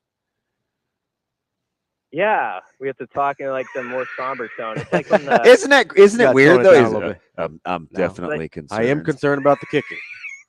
Yeah, it's like when the injury happens in the NFL and the Fox, they play the Fox like slow injury sad music to bring you to break. Yeah, they slow down. Yeah, I mean, Rule's been transparent about 100%. It's a worry. So that should tell you everything. I mean, he's the most candid coach I've ever covered. He really is. Like, it's all not just like rainbows over there all the time. Like, there's definitely some things he'll say where you can tell like it's really on his mind, and that's one of them. And I'm interested to see who they trot out first. I know Tristan's worked hard to get back, but as Rule said, there's that big difference between 90% and 100 in that particular job, especially. So we'll see if he got that extra 10% and how he's feeling. John Hull's a really interesting story. I mean, he didn't kick a whole lot, honestly. In high school, have a lot of attempts, and then redshirted last year. So that would be a big moment stepping up for that first kick if he gets an opportunity, and also a really cool one if he knocks it through. So sometimes, as that coaching staff says, you give guys an opportunity to prove you right. You show your belief in them, and you say go out there and make the 42-yarder, and maybe they'll have it be one of those years where they go 14 of 17 and everything's good. It's happened that way several times, guys, where we've gone into seasons talking about the Husker kicking game and been worried about it, and then it's been good, and then there's been years we thought it was all put together and it hasn't been. So it's one of those where you're kind of going out on a limb trying to guess exactly how it's going to go. BC, I wanted to ask about kind of a strange happening that was broken yesterday with the apparent enrollment of former LSU tight end Mac Markway. What can you tell us about that situation and how that played out? Because the timing of it's obviously pretty strange. Yeah, you know what? I don't know a whole lot about him. I mean, I knew that it's going to be an interesting one. Yeah, I have to figure out, and I don't feel bad about saying that because Satterfield was asked about him, and he said, "Yeah, I just heard about it the day before, the possibility." And so, I mean, I'll just say this: like, anytime you can bring in a guy, whatever the eligibility situation is and how that works, I've still got to get my head around a little bit. But who was a 4-star and had the type of resume he did to attract that attention as a recruit. They're always interesting prospects to have in your locker room. Now, that said, I've kind of gotten to the point where I don't jump up and down and throw a parade because somebody was a 4-star like 2 years ago or a year, you know what I mean? And now they've transferred, and there's sort of this sometimes expectation, oh, he's just going to take off and fly here. We'll see what he does, but it's another just talented guy and way of pushing competition. And that's one thing I like about this staff. They're always looking for ways to get an edge and keep guys on their toes and give guys opportunities they think can help this program. It's a great way to, you talk about being aggressive on the field. This staff is very aggressive off of it, and we'll see if that can pay off over the years ahead. See, I love that. Like, I like that you said that, because in my head, I'm just thinking, I love how they rather ask for forgiveness than permission. Okay, if there's a way to do something, they're going to figure it out. They're very on top of pushing the envelope, right? Because I think for so long, we've just stood pat. Like, if you want something, go get it and wait for somebody to tell you otherwise. Like, I like the fact they're modeling that philosophy. If you want the perfect example of that, think about when Rule first got here, how often everybody was like, what about the 85 man? Like, how are you going to get to 85 and stuff like that? And Rule's like, it'll be fine. We'll figure it out. And they've figured out a way to have the roster they have and keep guys content, frankly, without a mass exodus or a lot of guys going in the portal. It's been really impressive in that way. And that was one of those topics we always talked about. How are you going to handle this? How are you going to handle it? And they just behind the scenes did handle it. They found a way to make it work. And this is a smaller example of find a guy who's out there that can help maybe. Yeah, why not? Bring him in and we'll make it work, and we'll see what he can do at some point. BC, real quick before we get you out of here, got to get a season prediction from you and what you think the record's going to be. I say 8-4, and if you want to get real specific in the bowl, I have them going to the ReliaQuest Bowl. I believe they can. ReliaQuest in Tampa.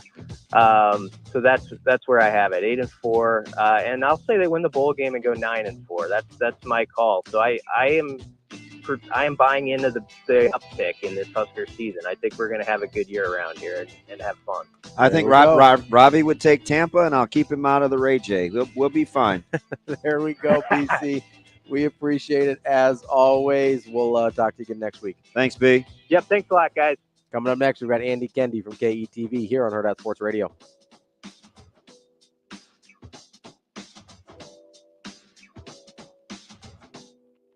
We will be back.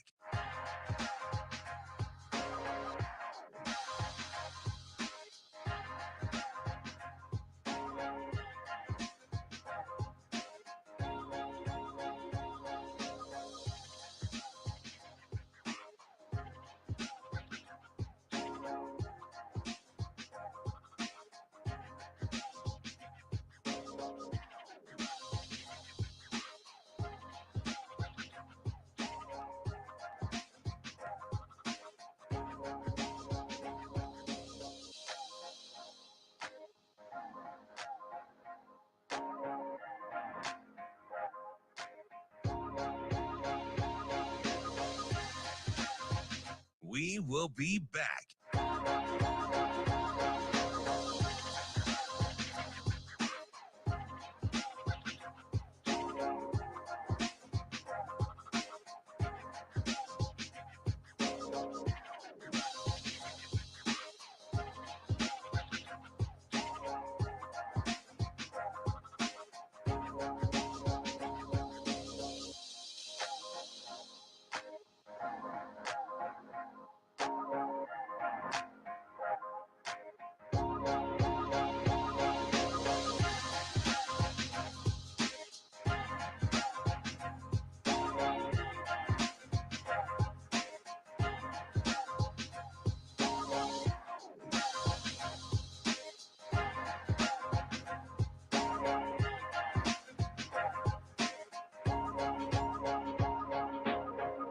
We will be back.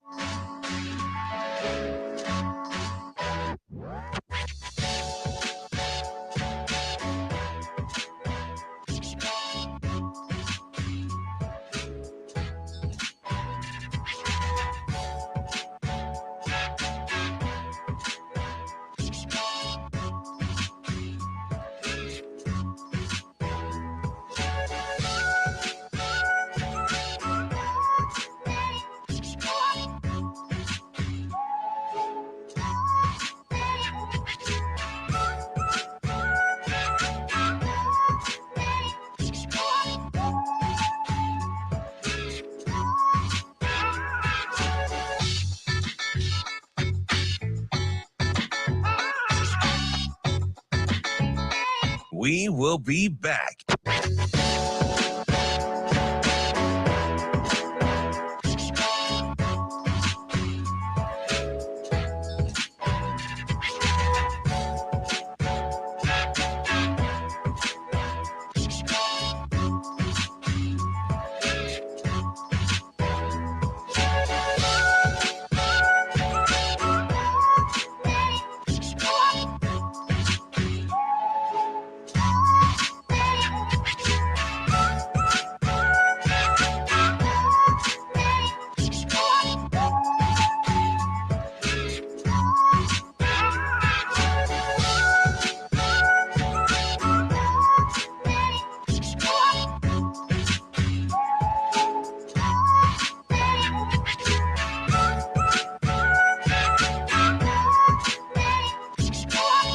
We will be back.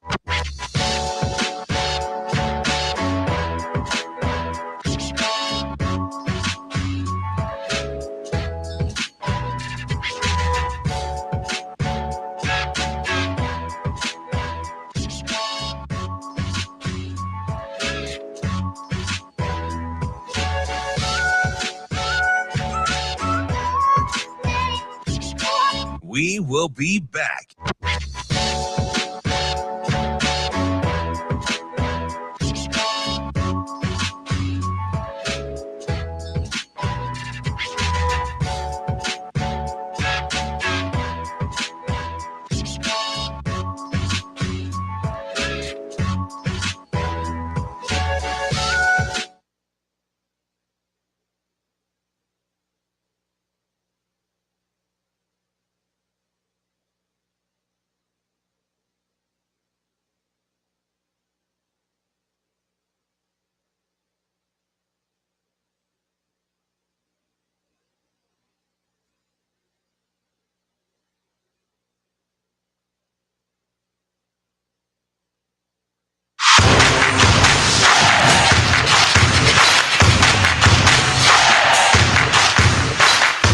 You're listening to Hurrdat Sports Radio. I mean, just trusting the training, trusting the guys around me. And I think Coach Rule does a great job of our team in preparing us that no moment's big enough. And he puts us in situations at practice. And it would just make it a lot of fun. Let my guys run the show and get the ball out wherever they need to be and just have fun. You know, it's just like when I was a kid playing the game. So I'm excited. Halfway through the show here on Hurrdat Sports Radio, AM 590, ESPN Omaha, ESPN Tri-Cities, and we're brought to you by our friends at Team Jack Foundation. Make sure you get to teamjackfoundation.org to get involved with that great organization. You can volunteer, you can see what events are coming up, or you can donate directly online there at teamjackfoundation.org, trying to find better treatments for childhood brain cancer and one day a cure. Joining us now is our friend Andy Kendeigh from KETV. What's up, AK? Morning, boys. Happy game week. Congratulations. You made it through the long off season, the long good night. Hey, so like, you know, normal people, we're kind of on the, man, we finally got through. You're like on the uptick, like ready to go, wondering why everybody's dragging, aren't you? I mean, you're just getting ramped up to speed. Yeah, no question. This is time. This is go time, right? You got to go time because if you don't have that attitude, you're gonna get run over, right?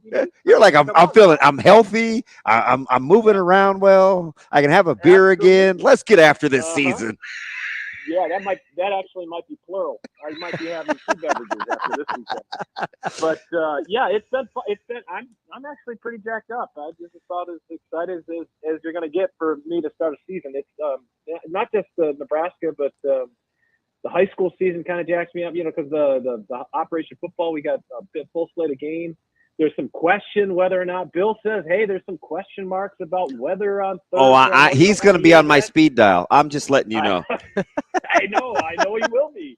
I mean, that kind of throws a wrinkle into it because we've been blessed with some pretty good weather for high school football last couple of years. So I don't know. This is kind of a go. Watching Nebraska volleyball, it was nice actually watching stuff that meant something.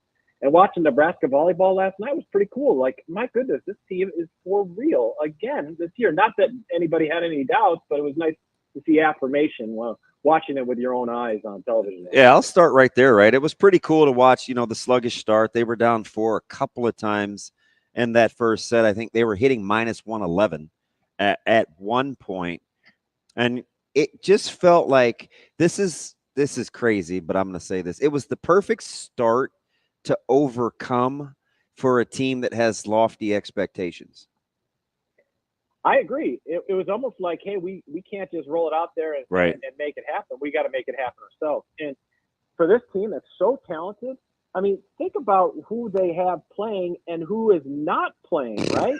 I mean, you got Big Ten Player of the Year playing sparingly in the second set. Yeah, Ravi's like, I don't envy Coach Cook.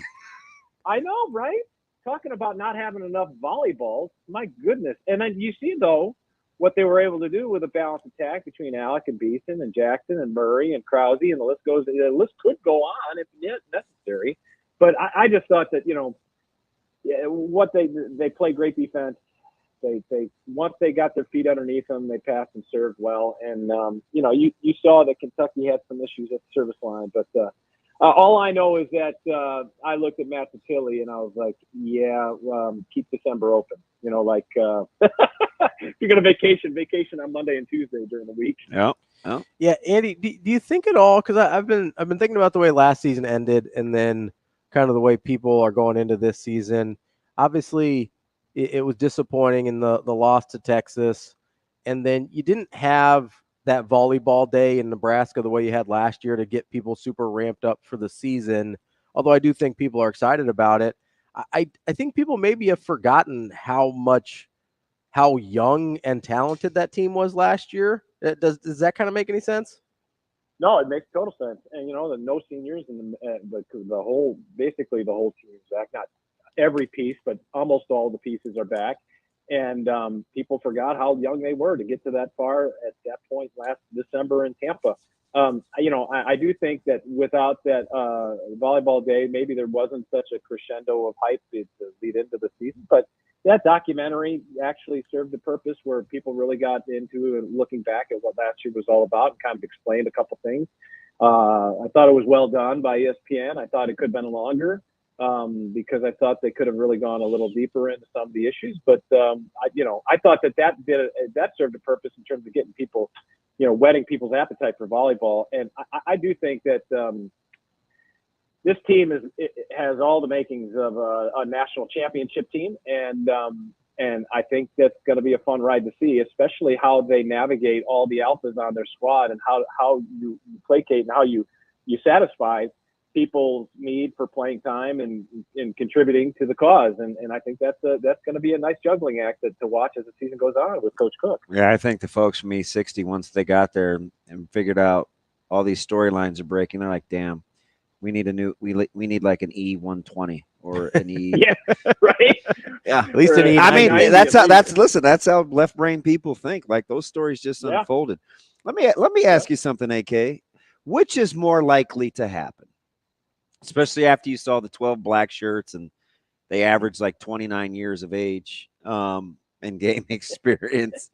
What's more likely to happen in the non-con? The defense continues like status quo, or the offense is markedly improved? Well, I think the gray beards and the black shirts will hold serve. I think they're going to show what people. I think that's almost a given, right? That's good. But look at the numbers, though. It would be pretty. Yeah. That's lofty. Yeah, no question. And I do think that that second. I think this first week is going to be a pretty good test with the up-tempo attack that UTEP has, and then obviously. Yeah, can they tackle and get lined up? That's huge for me. Absolutely. Because the UTEP's going to want to snap the ball like 20 seconds on the play clock, if not, quicker. And he's very familiar with Tony White. So, and their OC was an OC against Nebraska last year. He was the OC at Louisiana Tech. Yep. So this is not. I mean, people look at this UTEP game as a layup. Yeah, I mean, of course they're going to be heavily favored, but I don't think it's going to be all smooth sailing Saturday. I think there's going to be some moments where you're like, okay, all right, maybe this isn't going to be a walk in the park this afternoon because UTEP's coming to win. I know that. But getting back to your point, the Colorado game, I think, is going to be a true test for the defense. But I would say we're going to see some market improvement from the offense. And I think it just lends itself from and this is just from a quarterback perspective in terms of hitting the open guys, because we've seen the receivers on this team open. It's whether or not the quarterback can get the ball to the open receivers on time, right? And making the right decisions while you're back there getting having pressure put on you. And I think that's where we're going to see the most marked improvement in the non-con and just hitting the basic guys, because we've seen guys open. You've seen guys wide open. You know what used to drive me crazy is last year I would hear these guys, get behind the mic or whatever. No offense to local media, but it's like, we can't get separation and this and that. I'm like, feel free to pop in all 22. Like, stop saying that. As depleted as the wide receiving core was, that was not the issue. That's why. Yeah. I had a guy. I agree with you, DB. I had a guy yesterday. He's just one of my little young buddies that I always talk to. He's like, man, I just don't get your affinity for Satterfield. And I haven't responded yet because he sent it late at night. But I was just like, when guys stop getting open, and it becomes more about execution or less about execution, more about schematics, then we'll start to have that conversation. But up until now, like I'm just not ready to have that conversation where I'm upset with Sat. I'm not there yet. Well, I go back to last season. You got to kind of almost rip last season out of the offensive playbook, because they had to tear up their plan like 3 weeks into the season with guys getting injured and hurt and whatever. And you're totally revamping what you wanted to do. You're installing, option play, and all those, then that type of attack, where you didn't realize that you were going to have to lean on that so much. So that was last year was as much about just survive and advance and adapting week to week than it was about offensive schemes, because you had so many injuries thrown at you. And I think this is a year with not only the quarterback that you have back there, but also the weapons that you have, not only at wide receiver, but the tight end. And let's see what the running backs can do. And that's obviously one of the biggest question marks, is who's going to be the running back that they're going to lean on. But, I tend to think that the running back they're going to lean on is a guy that not only can hit the home run, which has been stated, but the guy that can pick up pass pro properly, and the guy that holds on to the football. Yeah. It's pretty basic 1-2 punch right there. AK, real quick, got about 15 seconds left. Season prediction. What's the record? I think they're going to go 8-4. They're going to go to the Duke's Mayo Bowl. So Matt Rule's going to go back home to Charlotte. There we go. Oh, I wouldn't mind the food there. There's a lot of 8-4s in the air. Better than the clubs in Tampa. Okay, AK. I'd rather have good food. Depends on what you're in the mood for. Have you ever had the chicken wings at some of those places? You never know. Wow. AK, we will talk to you later, bud. We've got more Hurrdat Sports Radio coming up next. We will be back.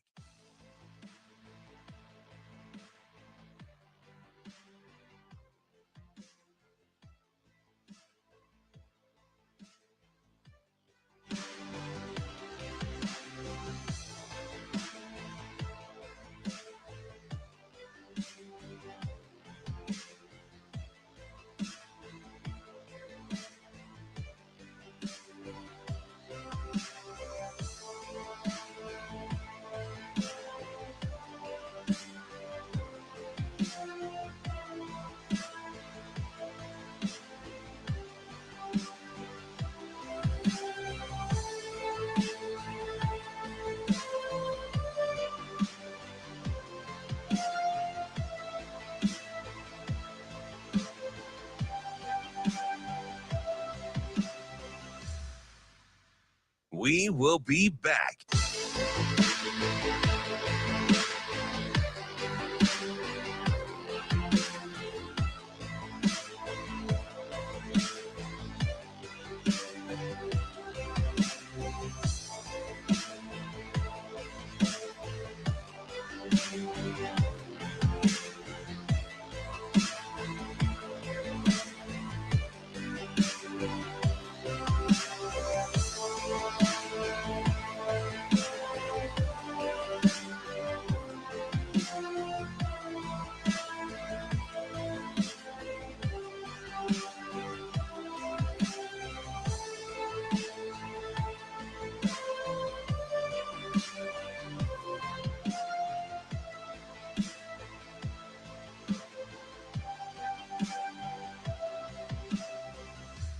We will be back.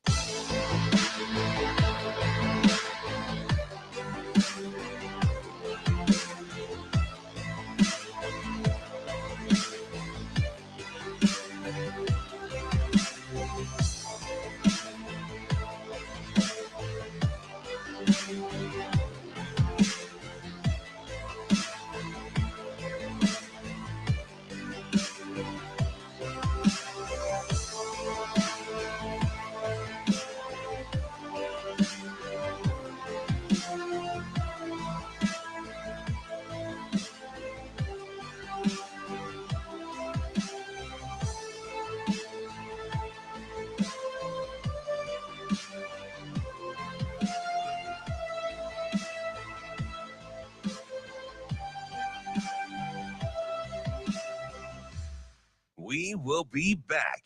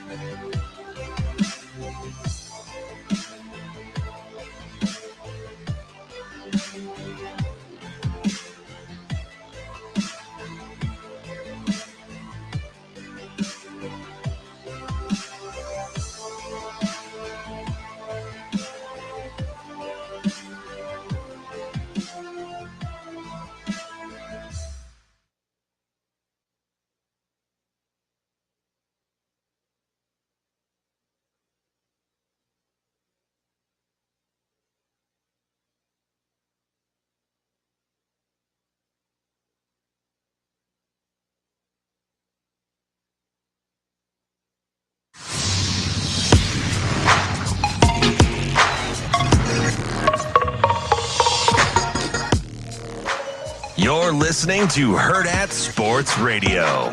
I mean, it's there for sure. Coach Rule talks about, feeling the fear, but being fearless. We're going to feel that emotion, but it's just we feel the emotion and let it pass. I'm not my emotion. I know the emotion is there, but it's about playing fearless. And when you play fearless, you can play to the best of your ability. And so I take the pressure from the media and everybody else and just negate that and just put the pressure on myself to just be myself, play my heart out. Wrapping up hour number 2 here on Hurrdat Sports Radio, AM 590, ESPN Omaha, ESPN Tri-Cities. We're brought to you by our friends at Union Omaha. Make sure you get to unionomaha.com to get tickets to their September 7th match against Greenville Triumph SC. 7 p.m. Warner Park. It is bobblehead giveaway night presented by Nebraska State Soccer Association, and it's also Hometown Heroes Night presented by Woodman Life. Get to unionomaha.com to get tickets and find out all the information you need to get out to their next match September 7th. DB. Ravi. You like Jamal Banks? I like Jamal Banks. I like Jamal Banks. I like his business-like approach. You know what I like? I'm going to tell you this. I'm glad you teed this one up for me because even I can hit a 50-core softball hard. Okay. I think there's something to the way you practice. And too often, I see this a lot more in high school, and I saw it in some training sessions in the NFL. Mm-hmm. I cannot stand how coaches don't demand that good players practice hard. I'm just going to tell you, I don't know. I'm not saying I know more than the next man. I'm saying anecdotally, when I look at if your good players in high school don't practice hard, it just doesn't bode well. That's coming back to get you at some point, man. And if coaches are honest, so they have to say have to say two things. They have to say, yeah, I kind of let that guy off the hook, or practice doesn't matter that much, right? Those are the only two options. So when I watch Banks, just watch his drill work. Mm-hmm. Like he goes to work with purpose. His drills, I think it's important to him to have no drops. I think it's important to him to have hands catches. I think it's important to him, when they say sink your hips and round the cone, like his attention to detail and how like his reps matter. Mm-hmm. And it's no coincidence. Like when I see it, and too often we sometimes think like watch Fedoni practice. Mm-hmm. It's annoying. Like if you're the other guys, if right? you're going against him, right? Yeah, it's because you're just like, hey, like you don't have to hit me that hard every play. For all the perceived faults of LP, this guy practice could hard. Practice, yeah. Like, and at first, you're really immature, and it's like, bro, relax. Oh my God, why did you just run that out 55 yards? Yeah, now I got to do that. So you guys in practice. Now I have to do that. Right. But when you become comfortable, like that's just the culture. Yeah, it just brings out the best. Banks is a guy that sets the standard for how to go to work, and it matters when it's your better players. Because of what I just said, right? If you're, like people roll their eyes, right? They're like, "Duh," to what you just said. No, but I'm just telling you, it's not always like that, and it's less common than you want to believe. Yeah, Menor used to tell some incredible stories. Yeah, about leadership on that team when they had good teams, mm-hmm. right? He used to call Jake DeLone. He used to call him Opie. Mm-hmm. It's like, man, you watch Opie practice. It's like he would watch Steve Smith, who was deranged, mm-hmm. just lay it on the line every single day. And I'm like, Steve Smith still doing that? Yeah. You know what I mean? And he's like, DB, it turned into these things. Like when you're some of the greatest practice players I've ever seen were the greatest player I've ever, Calvin Strong. Yeah. You watch that guy practice. Watch Quentin Warren practice. Think about all of the great players. I mean, you can go from high school to all-time greats. Yeah. Think about all of them. Aaron Donald, Reggie White was notorious. Yeah. I mean, look at, one that you see all the videos or whatever from your guy, like James Harrison. That dude's nuts. Oh, my man crush. That dude's nuts. Yeah. He's crazy. He's a crazy person. Do you realize his first start? Do you know how James Harrison first started? He got cut like 10 times. Do you know how he got his first start? So what other guy in that linebacking core do I really like that I said was certifiable? Oh, he coaches on their staff right now. Yeah. Joey Porter. There it is. Yep. So he first got on the squad because Clark Haggins had a quad. Mm-hmm. So their numbers were screwed up. But he got his first start against Cleveland because Joey Porter got in a pregame fight in Cleveland and got suspended. Couldn't play in the game. So Butler, their guy at the time, had to play Harrison. Two crazy guys fought before the game. Porter gets kicked out in pregame. And James Harrison has to start. Yeah, those guys, that's why I like Banks. Who said it yesterday? I think it might have been Rule. Doesn't matter how you get there. So what do you do? What do you do once you're there? Yeah. It doesn't matter how you get here. It matters about what you do once you're here. Hey, Shane, that's on top of it. Well done. I'm telling you. That's a heat. I mean, that James Harrison story is exactly what you're talking about. Coach, he 100% believes that. Yeah. That's why there's no favorites. Satterfield wasn't blowing smoke when he said, hey, one day you could be on the ones, one day you could be on the threes if you're not careful. Yeah. Or White was saying the same thing. Hey, your regular jersey's back in your locker. You don't act right. Once they get the black shirts, I mean, doesn't matter how you got here, whether you're the 5-star quarterback or you're the guy that was left for dead by the previous staff. Like, what are you going to do now? Yeah. Remember, That's the $1 million question. For those of you paying attention at home, remember, Ramir Stewart wasn't on the original 105. Yeah. And now he's, what, second string? Yeah. We got a Walker out here. Hey, her shirt says the Lou. I'm tripping off of that. Yeah? Big St. Louis guy? She must be friends with Jordan. Maybe. St. Louis Jordan, as you like to call him. St. Louis Jordan. Yeah. Let's get a couple calls in right here before we wrap up the hour. JB, what's going on, bud? Hello, friends. How you guys doing? What's up, buddy? Hey, I just want to tell you guys, this is my favorite week of the year. Favorite week. Okay. 100%. Everything's on the table right now. Could go undefeated. We could fall on our face and lose the first game, but it's all on the table today. I like that. I'm excited. I'm excited this season because I think for once, hopefully, Nebraska has a quarterback that can consistently convert on 3rd and long.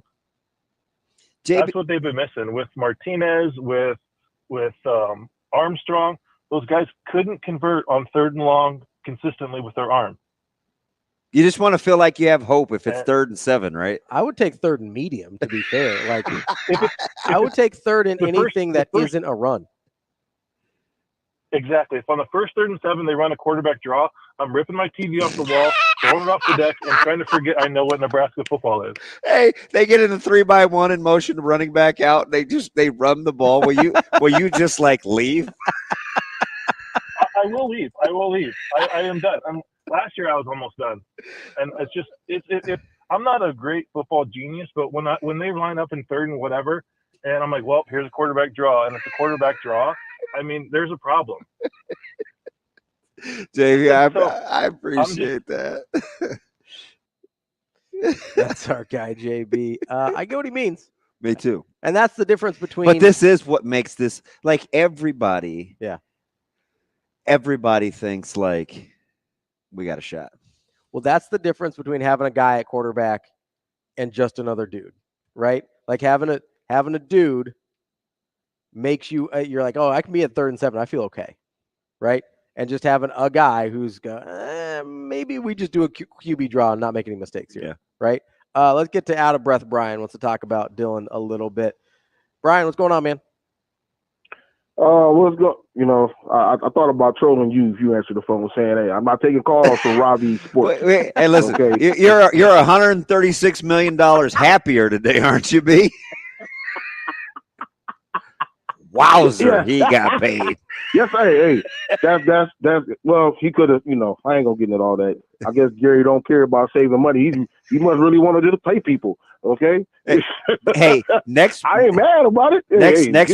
Next Wednesday, call us again because Dak will have his deal in place too. He's going to announce it on Wednesday. Yeah, I'm used to it by now. At least he didn't do him like Emmitt Smith and send him somewhere like Arizona, right? And make him go play for the Cardinals. That's better. But hey, I was listening to when you were talking about the Porter and Harrison. Yeah. And I was just thinking how crazy Porter used to be. I was thinking about those. Yeah, he's nuts. When they would have those battles with those Warren Sapp Tampa Bay Buccaneers, and they would beat them, and he would be talking mad junk. Yeah. I mean, he'd be talking mad junk.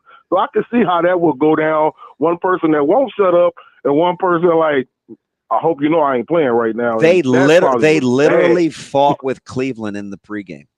Literally fought. Yeah, Joey Porter was those two right there. Was not those right. Two are horrible. He would not shut up. He'll talk and he'll talk. Yep. And he'll stand in your face and talk. So, but I was thinking about the question Ravi asked you about Dylan earlier, and I was like, from his position, that's what I want. I want a Magic Johnson at that position. I don't want no Michael Jordan. I don't want you to do it by yourself. That's what Baltimore has, Lamar Jackson. I want my Magic Johnson. Distribute the ball, get rid of it, and let them do what they need to do. That's all we need the quarterback to do is get the ball to the open people. And it'll be better for your health too. Like I want to see you laying on the ground. Yeah. No, we got Harburg, but I'd rather stay with the person that we got starting at quarterback and try to keep him as long as possible. But that's what I was thinking. I'd rather have him say something like what he said, because to me that displays that he's more of a team first player and not caught up all in himself. And I don't want a quarterback just caught up all in himself and trying to get to the NFL, even though we feel he's going to go there. I don't want to be what's the word I'm looking for? A jerk about it. Brian, we appreciate it. We'll talk to you soon.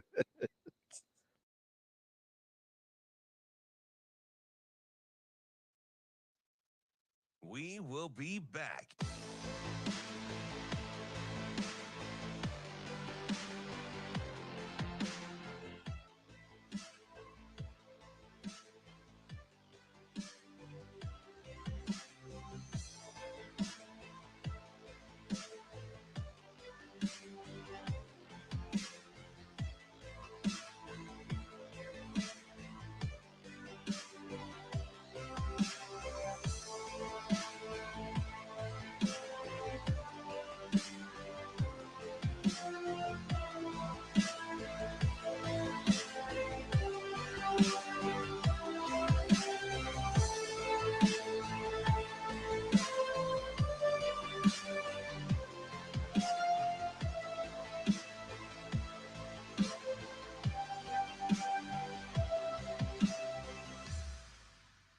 We will be back.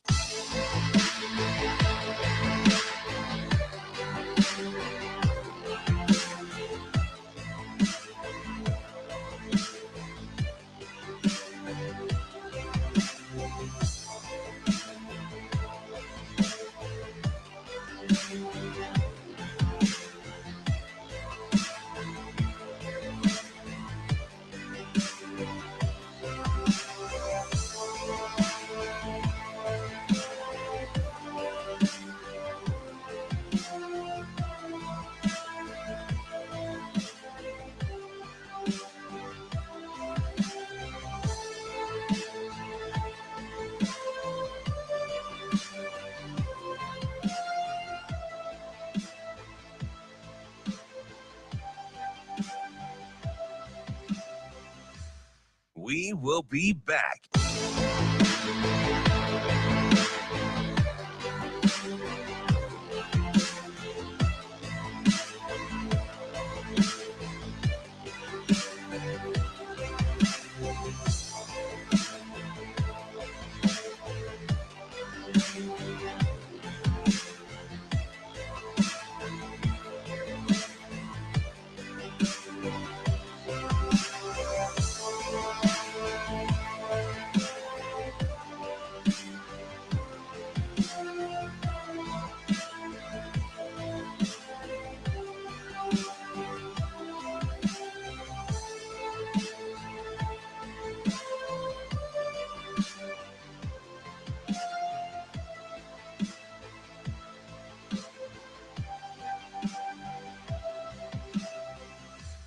We will be back.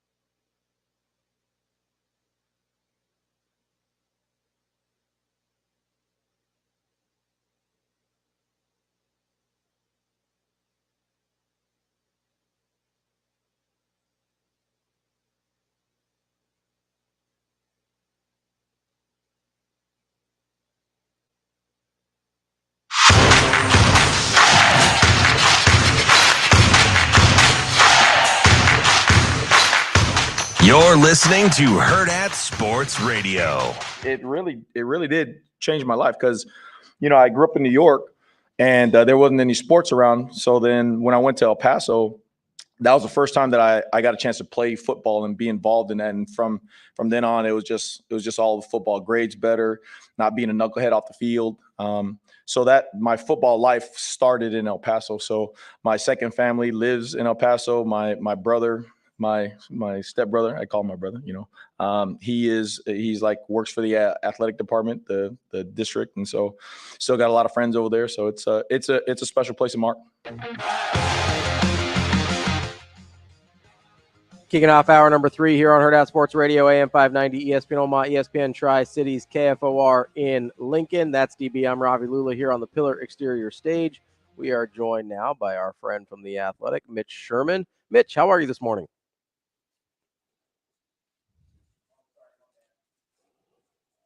There we go. Shane's going to produce the show at some point. Shane Buttons over there. There we go. Mitch, how you doing? Asleep at the wheel over there. I'm good. How are you guys? We just woke him up. I had to honk.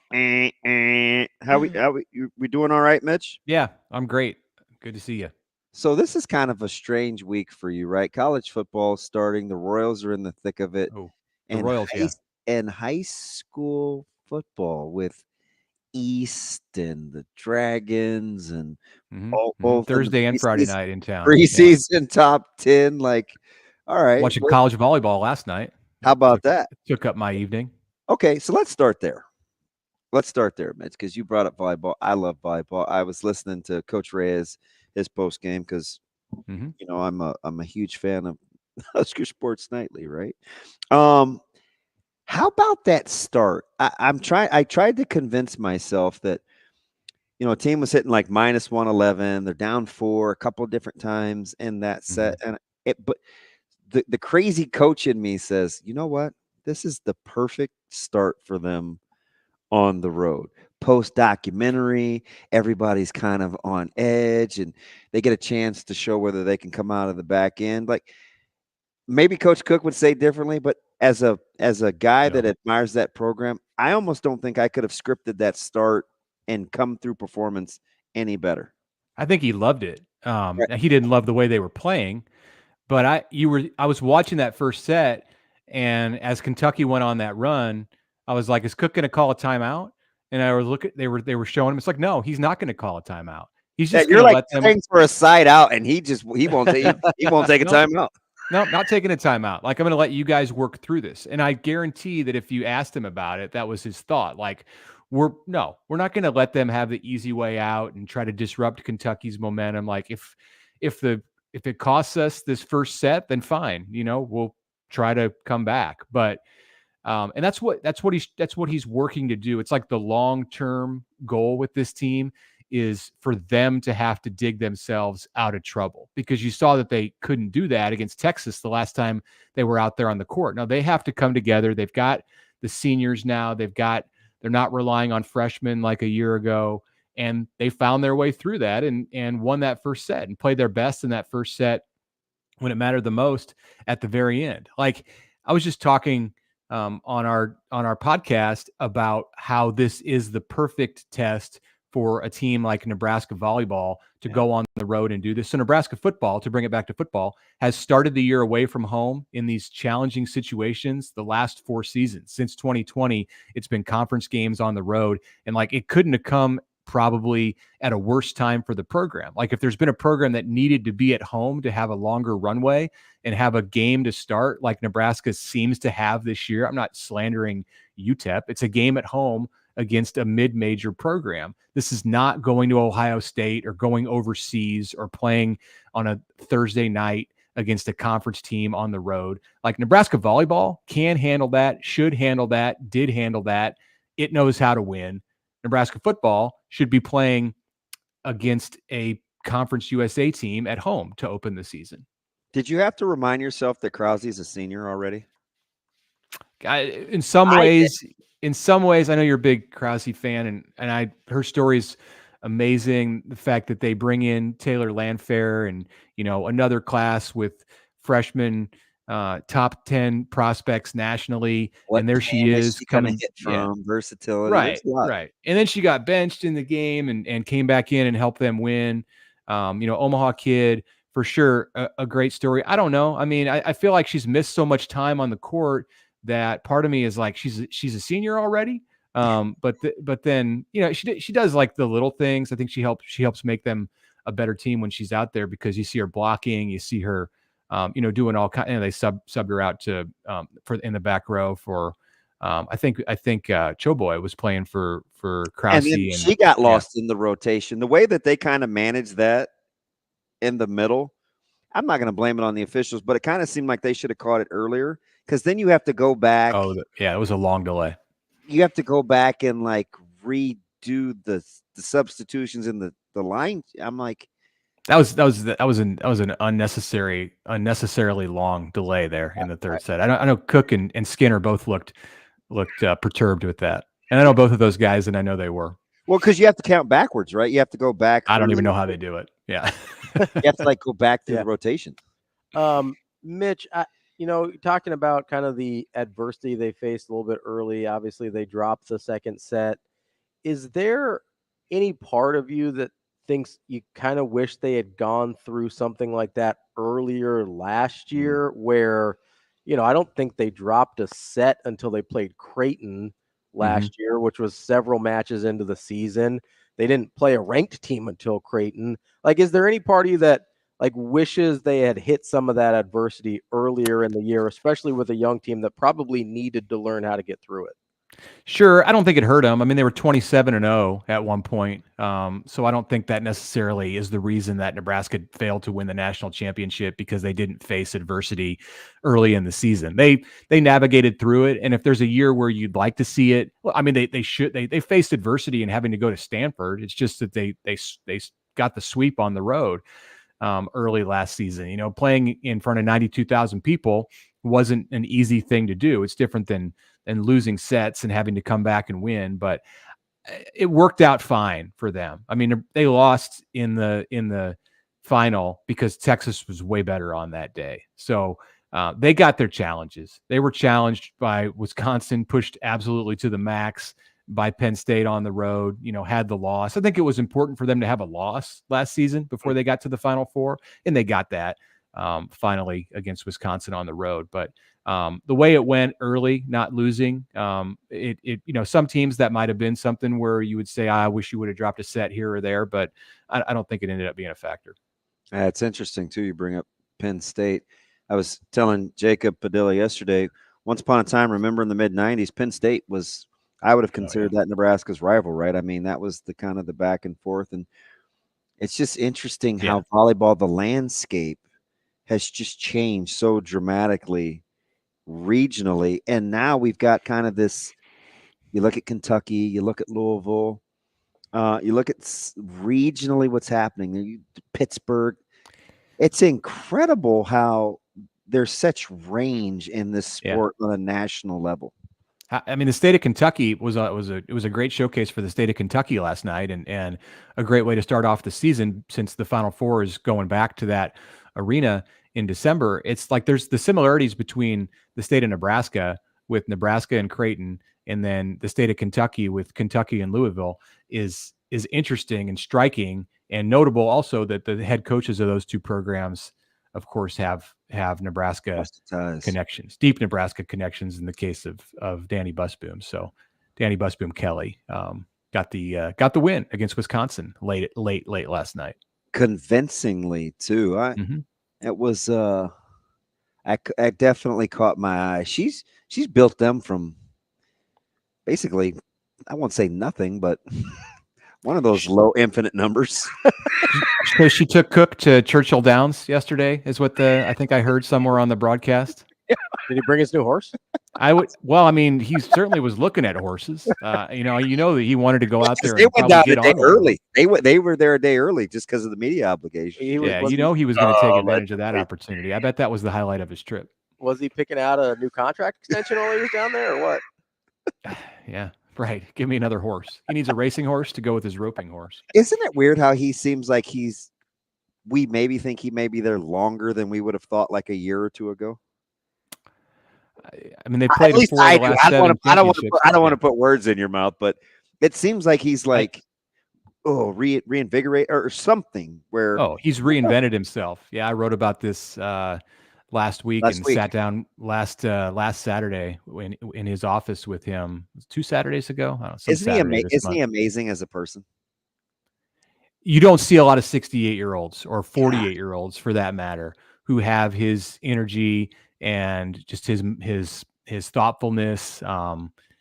His office is a great place to visit. The life that he's living right now is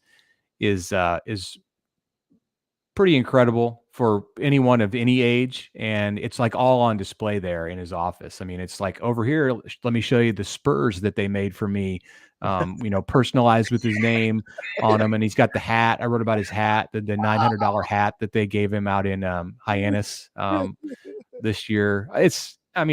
You sometimes, when I first heard about this stuff with him and the cowboy, I was like, is this like a late midlife crisis, or is he doing this to like look cool to recruits? And it's like, no, he's really, really, really fascinated by all of this. No, that's funny. We're talking to Mitch Sherman of The Athletic. Switching gears to football here, Mitch. Obviously, we've got a quarterback that's been announced as the starter since we talked to you last. We've gotten a depth chart since we've talked to you last. We've gotten black shirts since we've talked to you last. And I think we've gotten single digits since we talked to you last. Out of all the late off-season news, has anything really stuck out to you? I know some of them seemed like givens, like Dylan Raiola and all that, but has anything from sort of all these announcements about personnel and players, what stuck out to you the most? Jamal Banks sticks out to me a lot. The only offensive guy in that single digit category. And then the conversation that we had with Matt Rule this week, where he went on about Jamal Banks and how important he's been as an addition to this team, not just coming in January and taking the standard to another level when they got out on the field and mat drills and winter conditioning, but how he's continued to do that and raise the bar for the expectations and the things that he does off the field. I think he's set himself up, Banks has, to be one of the better stories on this team. I mean, we'll see what kind of a season he has. I think those things have to come together in order for it to be like the complete picture. Like we're talking in November about him in the way that we did, Samori Toure, who had a great season at Nebraska when he came and was one and done. I mean, Banks can go even above that, I think, because of if it's a winning season and, what he can do for Dylan Raiola. He can be the quarterback's best friend. I mean, he talked yesterday about coming back for the ball on routes when the offensive play gets off script. And I mean, I just get the sense that he's going to completely sell out for this team, because that's what he's done since he set foot on campus every day in January. Mitch, when you're talking about, and I asked this to Andy Kendeigh, and I get let me just ask the question. 12 black shirts handed out. I thought I guessed 14 in my head. I'm cool with 12. It's not my baby. Like, I'm not a black shirt, so I leave it to those guys. So you got the 12 black shirts, super mature group. You look at the offense, all the positivity about the wide receiving core and quarterback play, and they were so poor on offense last year. I say all that to say, in this non-con, or maybe even just Saturday. Now, I won't just use Saturday because I need more of a body of work. So let's say in the non-con, Mitch Sherman will be writing about which one first. The black shirts haven't missed a beat. They picked up where they left off after a remarkable year a year ago, or the market improvement of the offense from this time a year ago. Well, if both of those things happen, I'll be writing more about the offense, because that's the compelling story out of the gate. That's the one I think where everyone's eyes are at. So I guess the question becomes, is the offense going to show that early? I think the defense is going to carry this team at the beginning, and then the offense is going to come along. Can you imagine if the defense is top-notch against Colorado at home? I think it could happen. I mean, Colorado. If you're right, I think it's got to be a tougher story to write, though, doesn't it? Colorado is explosive. We're scared. All their wide receivers. It's Shador.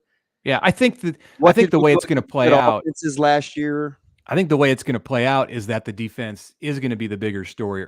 Well, it's not going to be the bigger story in the sense that like more people might be talking about the offense, but I think the defense will be the reason that Nebraska wins games early this year, if it in fact does get off to the kind of start that we think it could happen. Like you go 4-0 in the first 4 at home. I think that's going to be more about the defense and then the offense not losing games than it is about the offense winning games. And then that can come. That can come later in the year. We heard Rule say adamantly on Monday that they're not going to treat Dylan Raiola with kid gloves and have him go out there and play. They're going to coach him like he's a freshman. That might lead to it's better in the long run, but it might lead to things looking a little bit disjointed at times. And I loved how he followed that up too, Mitch, when he said, and you know what, we're not going to panic. We're going to stay right here with what we do. This is how we're going to play. We know it may look, or it could potentially look blank early, but we're riding this thing. I don't know, man. I'm encouraged by that just because I think it'd be nice to have somebody just stay the course. Right. And no, you don't need the added drama, and nobody's talking about, making a change. And look, I mean, it's going to get dramatic if they turn it over 5 times in one of these first 2 games. That's inevitable. I just don't think that's going to happen. I don't think that's who he is. I don't think that's what the way that they're going to coach him. And I just don't see that. I think they're going to make a jump this year. Can they get to +7 where Rule wants to be? That would be like a 24 net gain in turnovers from last year. That's a high bar. I don't know. I would like to see them first break even. Yeah, break even. And then if you get there, then great. I mean, breaking even is not for just an average team that is good, like a good team, a normal good team. Like breaking even, you want to be better than that. You want to be in that +7 range. But look, Nebraska's had all kinds of trouble. It's systemic in the program still until it's not. So, and it's a true freshman. So some of those things are going to happen. But anyway, the defense to me, I think is going to be a big story early on. So will the offense, but I think the defense will be the reason that Nebraska's having success if it in fact goes that way. Part of the reason I asked the question is if it's the offense, it would be a pleasant welcome surprise. If it's the defense, it would be pretty impressive. Right. I think the defense. So it's a good thing, but for different reasons, because I think we look at those defensive statistics from last year and it's like, sometimes we have a tendency to say either, well, yeah, but, or we just pencil it in as an automatic. It can't be both of those things, right? Because we get into what they did against, the top 70 offenses versus the bottom third in the country. And it's like, well, I don't know. It's year 2, they have tape. So it seems like an easy answer on the surface, but if that defense is better in some areas statistically a year ago, that would be pretty impressive to me. I don't know that it will. I think, you look at 4.62 yards per game. That's what Nebraska allowed in 2023. I think the number very easily could be above that this year, but the defense will be better. But the defense could take it away more, get off third down. Exactly. Exactly. And that's fine. The things that they need to do are not just all measured in yardage, in statistics. Of course, points is a pretty big one, but creating turnovers, eliminating big plays, getting sacks, getting off the field on third down, like you said, red zone efficiency, all of that stuff. I think they would take before they would say, all right, we have to be better than we were just in terms of yards allowed per play, because the schedule is different this year, and you're adding some offenses that Nebraska didn't face, the types of offenses Nebraska didn't face a year ago. I got one, Mitch. How about if Nebraska's defense just gets a stop at the end of the game when a team is putting themselves in position to get a win? Sure. Just flip a couple of those. Because how many times did we hear Coach Rule say last year, hey, listen, you guys can be mad at the offense or this and that, but remember, their offense had the ball last, right? Not ours. So Maryland, Iowa, Wisconsin, right? Minnesota. The key third down where he couldn't get a quarterback down. Minnesota with the backbreaker. Wisconsin with the late scramble, like those things were real. Yeah, they're going to be measured by that more so than a number, 4 games. than an average. Iowa. But the good thing is, I think that this team will be better at that stuff. Nice. Mitch, got just a couple minutes left here with you. Let's get a season prediction out of you and kind of why you think it's going to go that way. Yeah, I'm glad I gave this some thought. I have actually given it some thought. I may have sounded there like I was being sarcastic, but I have actually given it some thought this week. In past years, I've gotten to this point and just been like, don't ask me. I can't tell you until I see them play the first game. I don't feel that way this year. I feel like I can actually be confident and not that I'm going to be right, not confident that I'm going to be right, but I feel some conviction in saying that I think Nebraska's going 8-4 this year. That's the number I've got right now. I think they're going to go 3-0 in the non-conference, and so that's going to mean some ups and downs for sure in the Big Ten, and it may not all be where people expect it to be. It may not all come in late October and November. Like I don't necessarily believe that they're going to go unscathed until Ohio State. I think they're going to lose one of those games, and that's going to be a defining point for this team is how they respond when they lose a game they're not supposed to win. If that happens. So 8-4 is where I've got them, and I think that would be met with a lot of journey, happiness. open arms. Yeah. That's Mitch Sherman from The Athletic. Mitch, we appreciate your time as always, and enjoy the finally starting of college football. Where are you going Thursday, Friday, Mitch?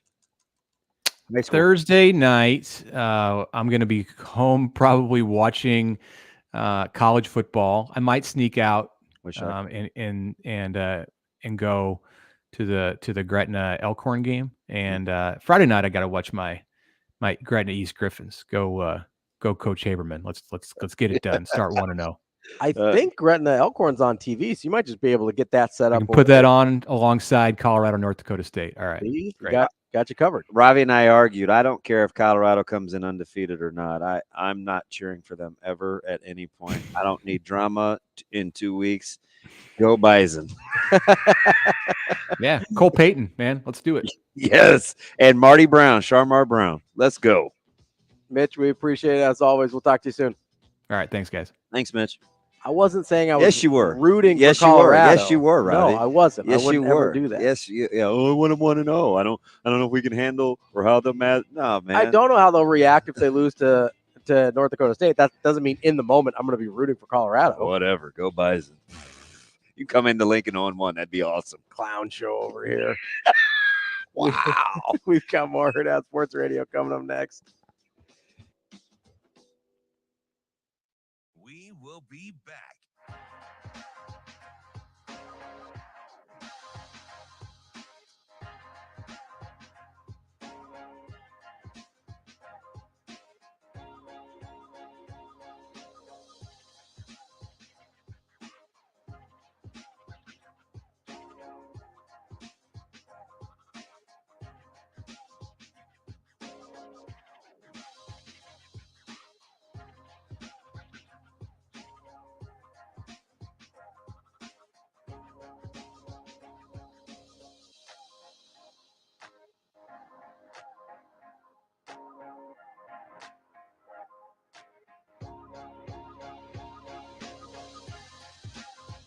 We will be back.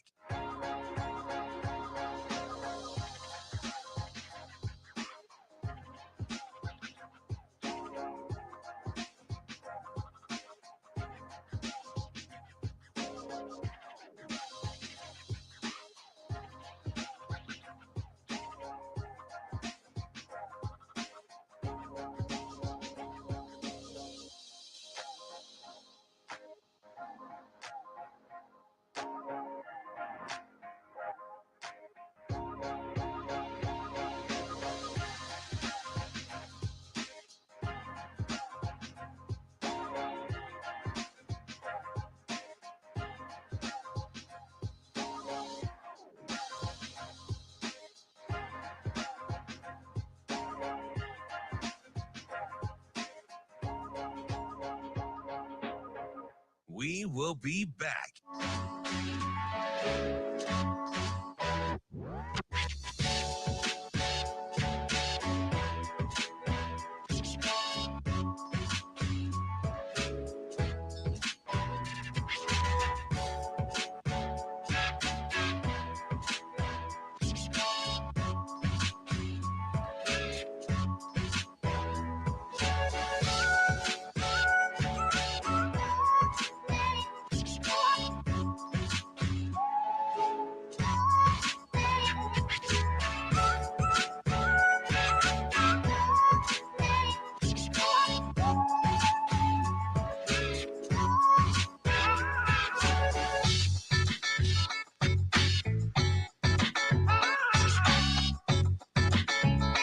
We will be back.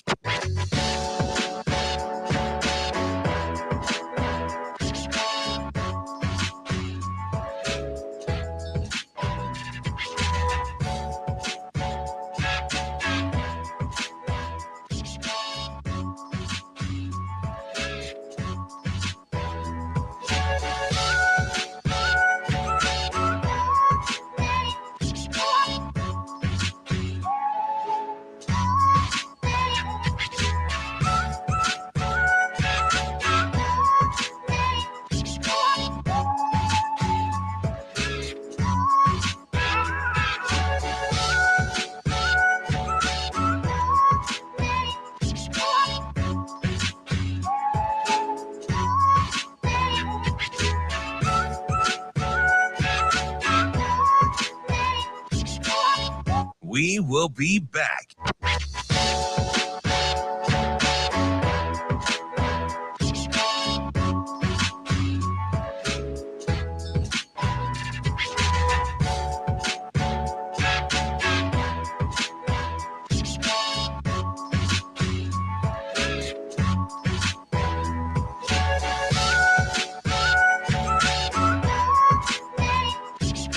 We will be back.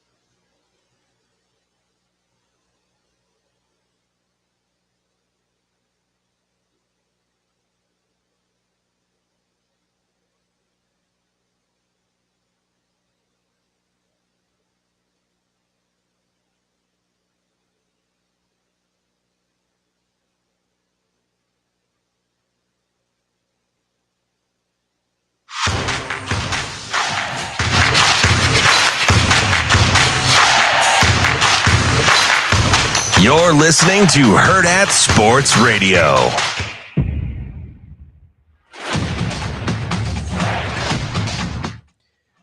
Welcome back to Hurrdat Sports Radio, AM 590, ESPN Omaha, ESPN Tri-Cities, KFOR in Lincoln. That's DB. I'm Ravi Lulla. It's time for Bet On It, brought to you by Warhorse Sportsbook. Warhorse Sportsbook, no bets, no glory. It's the best place in Nebraska to place your sports bets. Keep your money on the correct side of the river with the sports books in Lincoln or Omaha, and you can place bets on nearly every major sporting events, parlays, straight bets, props, in-game, whatever you can think of. They're likely going to be able to accommodate you at Warhorse Sportsbook. Yeah, you're going to go and we're gonna do all this whole no, Buffalo we're gonna, thing. No, we're going to have this fight on air. Your bets, no, your we're bets on Buffalo. We're going to have. We're not having a fight on air. No, we're going to have this fight on air because you take shots after we get off the air, and you're like, oh, Ravi, you're for Buffaloes. You're putting in the chat and because everything. You are. No, I'm doing the exact same thing that you're doing, which I'm going to explain here in a second. Oh, and I don't know if we can bet on this or not, but we'll figure it out. I'm going to bet on the fact you can't spin this. Shane asked a question. He goes, if it directly benefited Nebraska, would you root for Colorado? Say, hey, if Colorado beats X team in the last game of the season, Nebraska makes the playoff. It's rarely that linear, but let's say it is. And you said, yes, you would root for Colorado in that scenario, as would I, because it directly impacts and benefits Nebraska, correct? Mm-hmm. That's a yes for the people that didn't hear that just groan that DB made, because I'm making a point here. That's not. You haven't said anything. No, I'm getting there, and you know where it's going, so I'm going to win. You asked, and then earlier, I don't remember if he asked or you asked. I asked you off air. I'll ask you for NDSU or Colorado. I said, hey, are you rooting for NDSU or Colorado? And I said, I'm not sure if I want Colorado coming into Lincoln as 1-0 or 0-1. And whichever way I thought benefited Nebraska is what I would root for. That's not what you said, though. You said, well, I don't know how Colorado would respond if they're 0-1 and how Nebraska would take it. Like, that doesn't have it.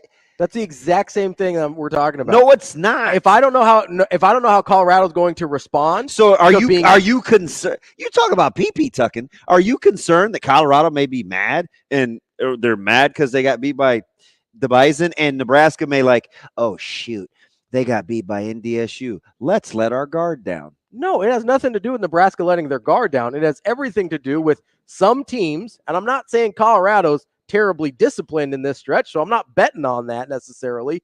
But yes, you are, Mr. Warhorse. Some teams coming off of a loss tend to shore things up and fix it a little bit, and they're better the next week. Because you love Dion, and he's like, I don't love Dion. Like that's why I said I don't know how they'll react. He's like Lombardi, huh? Now, Ravi. That's why I said I don't know how they'll react. Because I don't. Because I think it's just as plausible that they get their teeth kicked in by North Dakota State, and then they tail tuck. And they're a shell themselves like they were after they lost their first game last season. But I don't know which, because Dion is a wild card and is totally unpredictable. I have no idea how that team's going to react to anything. What was the original question? NDSU versus Colorado. Who am I rooting for? Yes. And it will depend on how I feel about how they're going to react.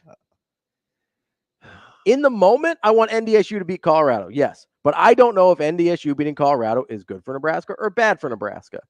So at the end of the day, that's what my rooting interest will be. So you feel as though they're like uniquely intertwined? Are they connected? Is this like some symbiotic relationship? Or are you worrying about? Yeah, it's context. Things that happen before and after impact the thing that happens in the middle. So you've got coaches, and I'm obviously not a big Dion fan, but like Pat Shermer spent a long time around football. Maybe if there's something going on, he's able to shore some things up. Whereas if you win, sometimes you get a false sense of security.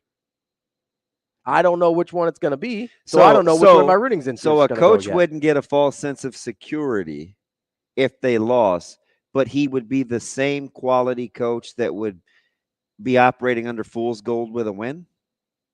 Possibly. I don't know.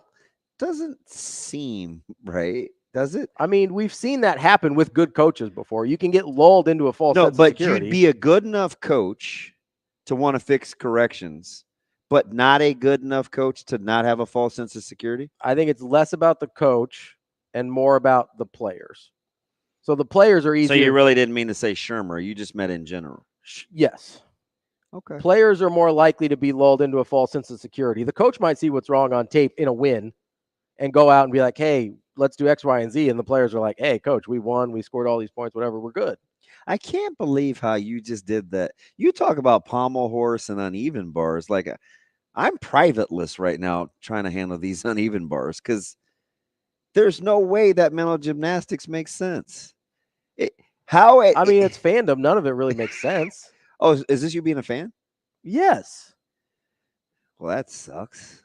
It's me. What do I think is best for Nebraska for them to win against Colorado? Listen, man. So that's fandom right there. Go NDSU. In the moment, I'm going to want NDSU to win. Listen, beat their brains out. I don't care if Colorado's all of a sudden steaming Willie Beeman. They're mad. They go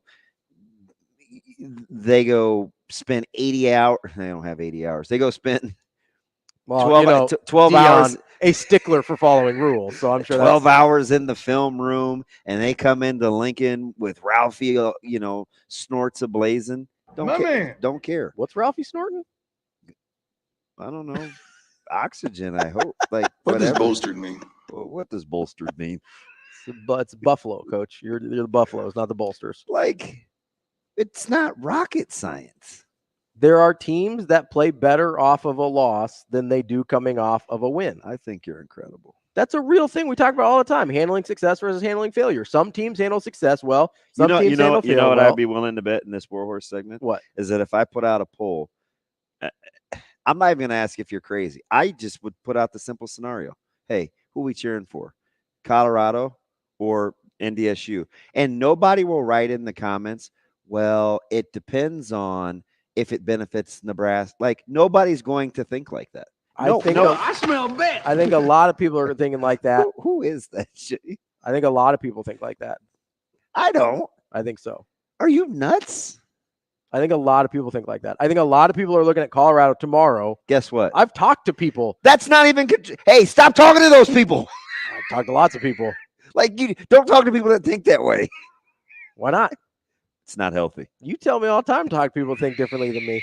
You're like, hey, well, no, see, open yourself up to more perspective, Ravi. Open yourself up to more perspective. You don't have to like somebody to get something good out of them.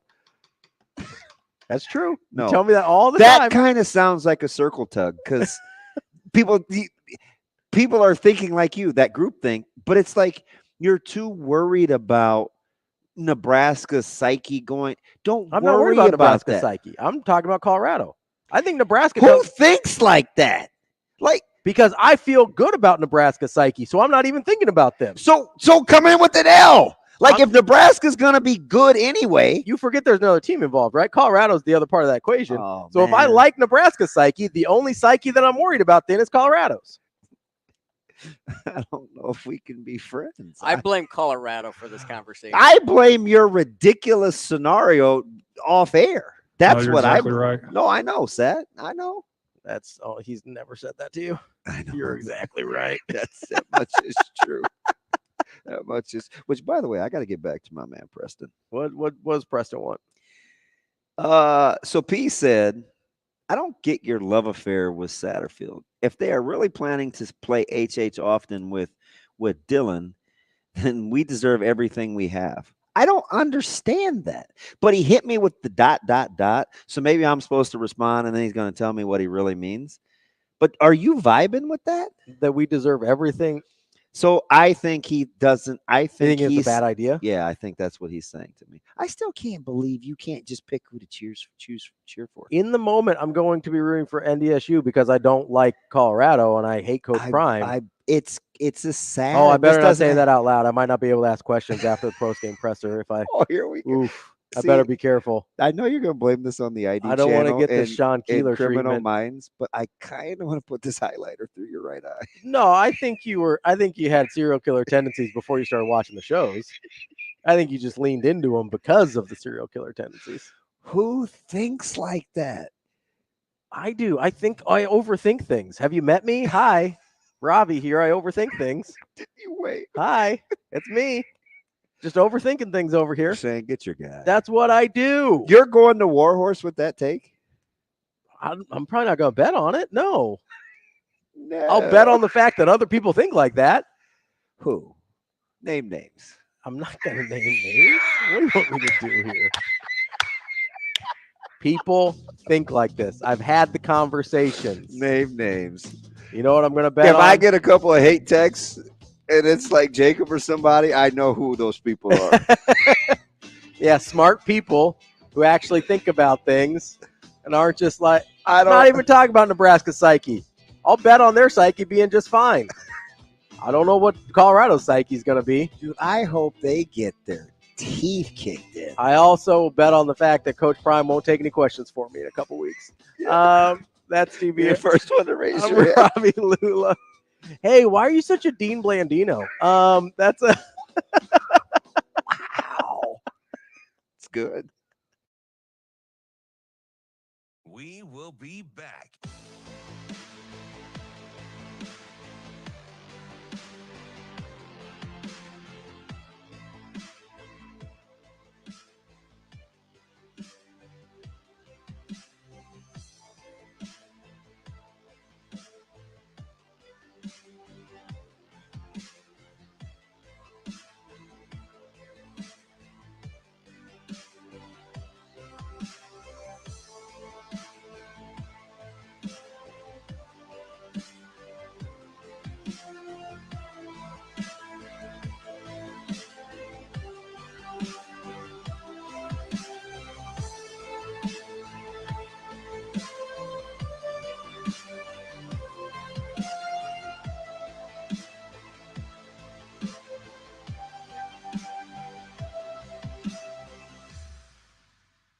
We will be back.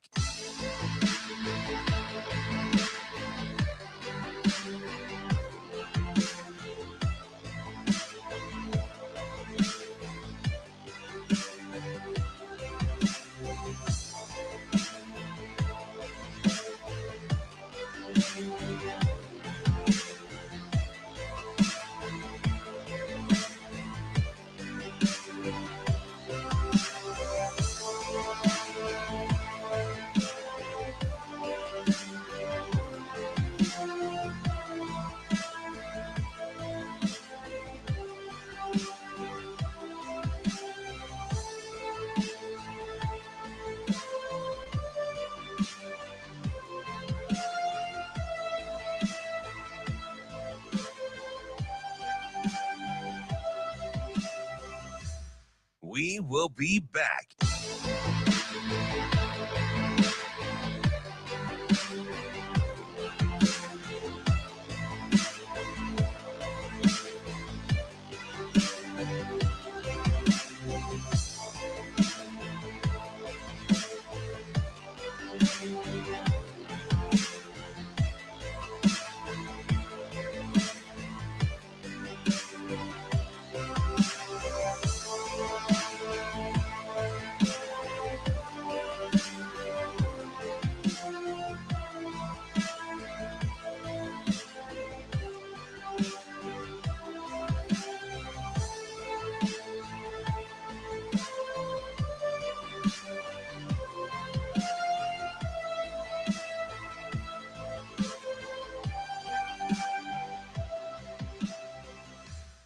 We will be back.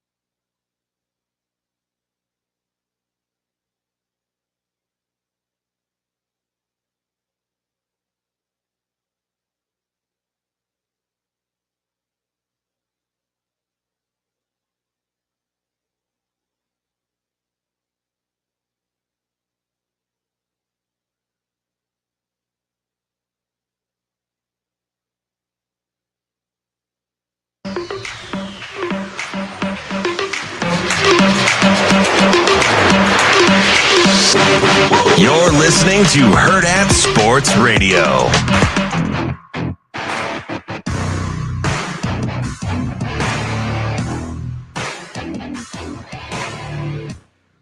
Wrapping up the show here on a Wednesday, Hurrdat Sports Radio, AM 590, ESPN Omaha, ESPN Tri-Cities, KFOR in Lincoln. That's DB.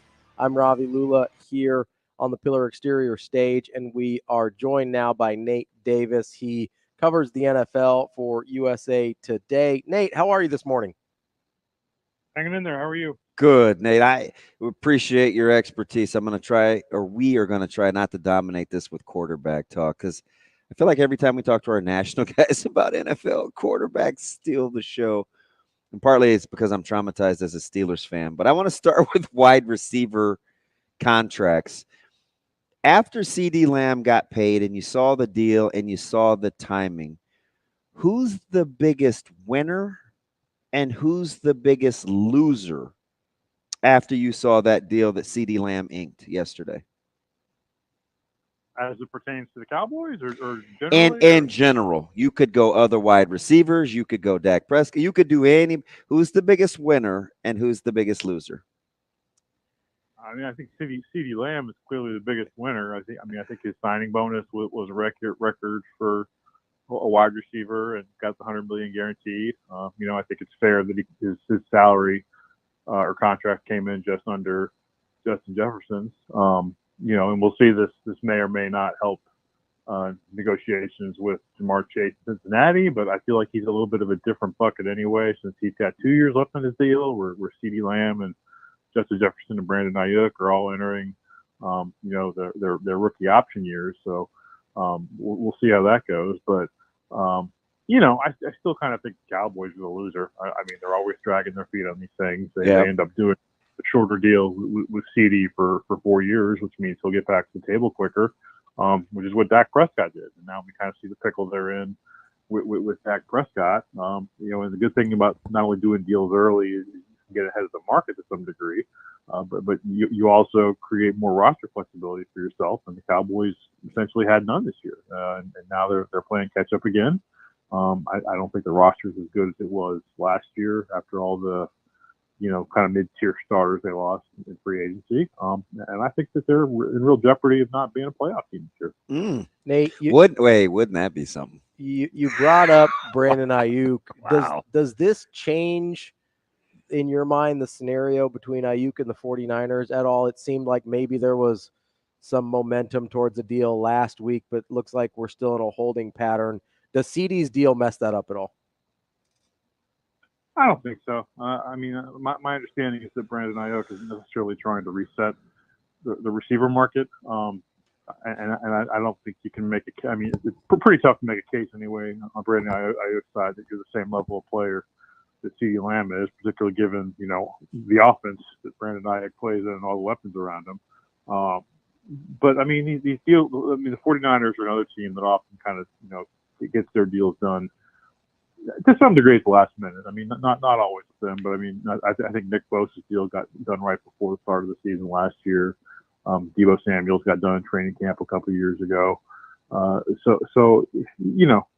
urgency when there's urgency. I think we're reaching that point, particularly, if you want Brandon Ayuk to be ready to play week 1. But I think the fact that the Niners haven't pulled the trigger on a trade yet, and hey, I mean, I've kind of said from the beginning, I mean, there's really no incentive for the 49ers to trade him. I mean, they've got the leverage contractually.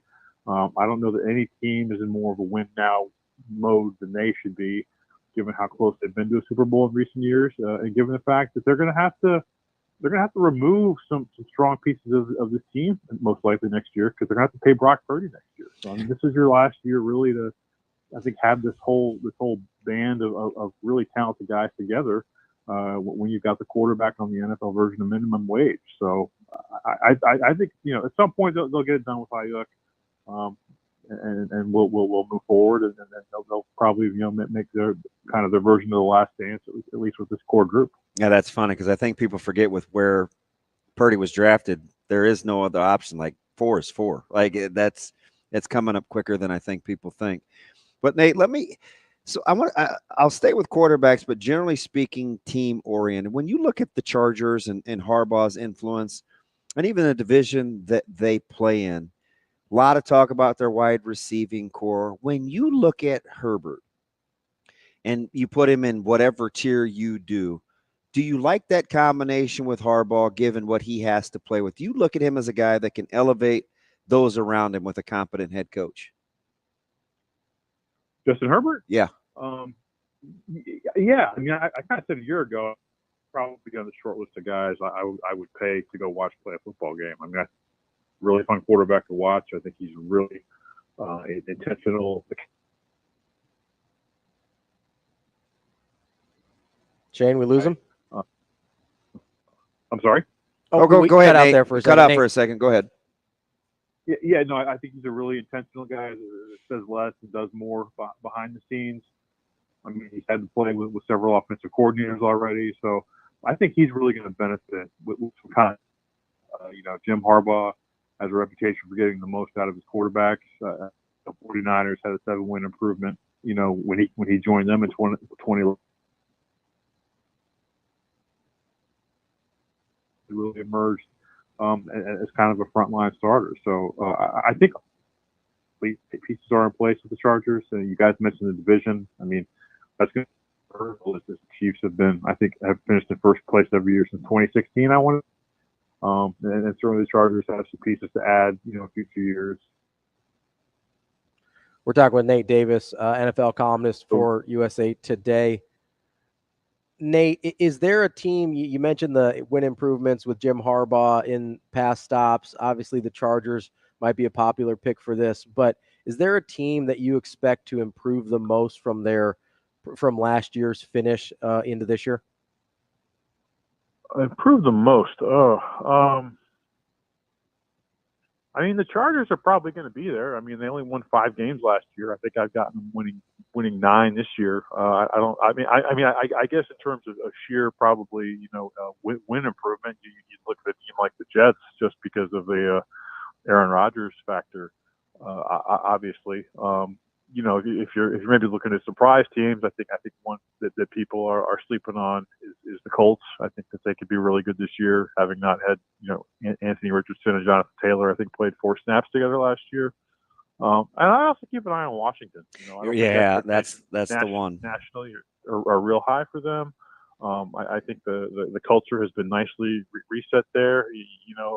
Positive vibes when I went out there last week, and I think I don't necessarily know that they'll be a playoff team, but I think this could be another Washington team that wins 7 or 8 games like we've seen the last couple of years. But I think the difference with this one is that the arrow is definitely heading in the right direction, and like it could be 8 or 9 wins on the way to 10 or 11 or 12 wins a year from now. Yeah, I kind of agree with you on the Commanders, especially as a last to first candidate, and especially you said something earlier that caught my attention.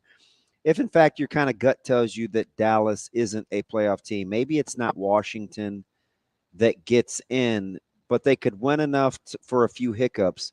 Who's your fave in the NFC East, given all what's gone on in these off seasons?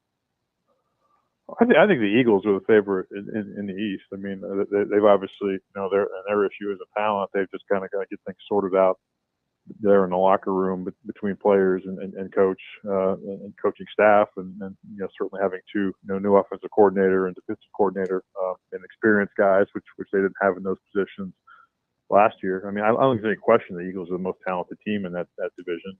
And for all the kind of negativity justifiably attached to last year's team, I mean, they still won, I think, 11 games. I think they started out 10-1. So it ended terribly, but I mean, they won a lot of games a year ago despite all the drama that was going on there. And history says we haven't had a repeat winner in that division since 2004. So it's probably not going to be the Cowboys, but I think everything points toward the Eagles winning the East this year. Seeing some money here lately come in on Jordan Love as a viable MVP candidate. Whose 2024 trajectory would you take right now? The Lions or the Packers? Well, I think they're both good trajectories, but I take the Packers just because I think they've got more room to improve than the Lions. I don't want to say the Lions are maxed out, but they won 11, 12 games last year. I mean, obviously, first time they've won the NFC North, and they're still a totally legit team, certainly in that Super Bowl mix. But to me, Green Bay, year 2 with Jordan Love, you've added Josh Jacobs. You've added Darnell Savage, but the thing I'm really watching with them is the defense. I think they've got 7 first-rounders in the defense, but it's been a situation where the whole has been less than some of the parts. So I mean, they're changing the scheme. They brought in Jeff Afley to run that defense, and I think if that defense can get up to kind of top 10 level, to me, the Packers are a legit Super Bowl contender. Nate, last thing here from me. Is there a team that you look at that people are high on that you think might actually be a regression candidate from last year? Well, we talked about the Cowboys. Obviously, they're one. I think probably the one maybe where I'm more an outlier is Houston. I think I think sometimes when you bring in a lot of guys in free agency and whatnot, which they have, I think sometimes it takes a while for that chemistry to emerge. You're talking about a team that's not going to surprise anyone this year, and they're going to have that first place schedule. I think the real thing that gets lost there is that the Texans, the Jaguars, the Colts all have the opportunity to win the AFC South on the last day of the season last year. Turned out it was the Texans, but those other 2 teams finished a game back. I mentioned the Colts and not having Anthony Richardson and Jonathan Taylor. The Jaguars were really beat up last year. Trevor Lawrence in particular. I think those teams are kind of being discounted, but I think that they're right there with the Texans. And I think schedule-wise and maybe just being healthy, I think that there's certainly a good chance that they kind of overtake them again. That's Nate Davis from USA Today. Nate, we appreciate the time, and hopefully we'll catch up again soon. Appreciate it, Nate. All right. Thanks. That's Nate Davis from USA Today. That's DB. I'm Ravi. Lulla. We'll be back tomorrow with more Hurrdat Sports Radio.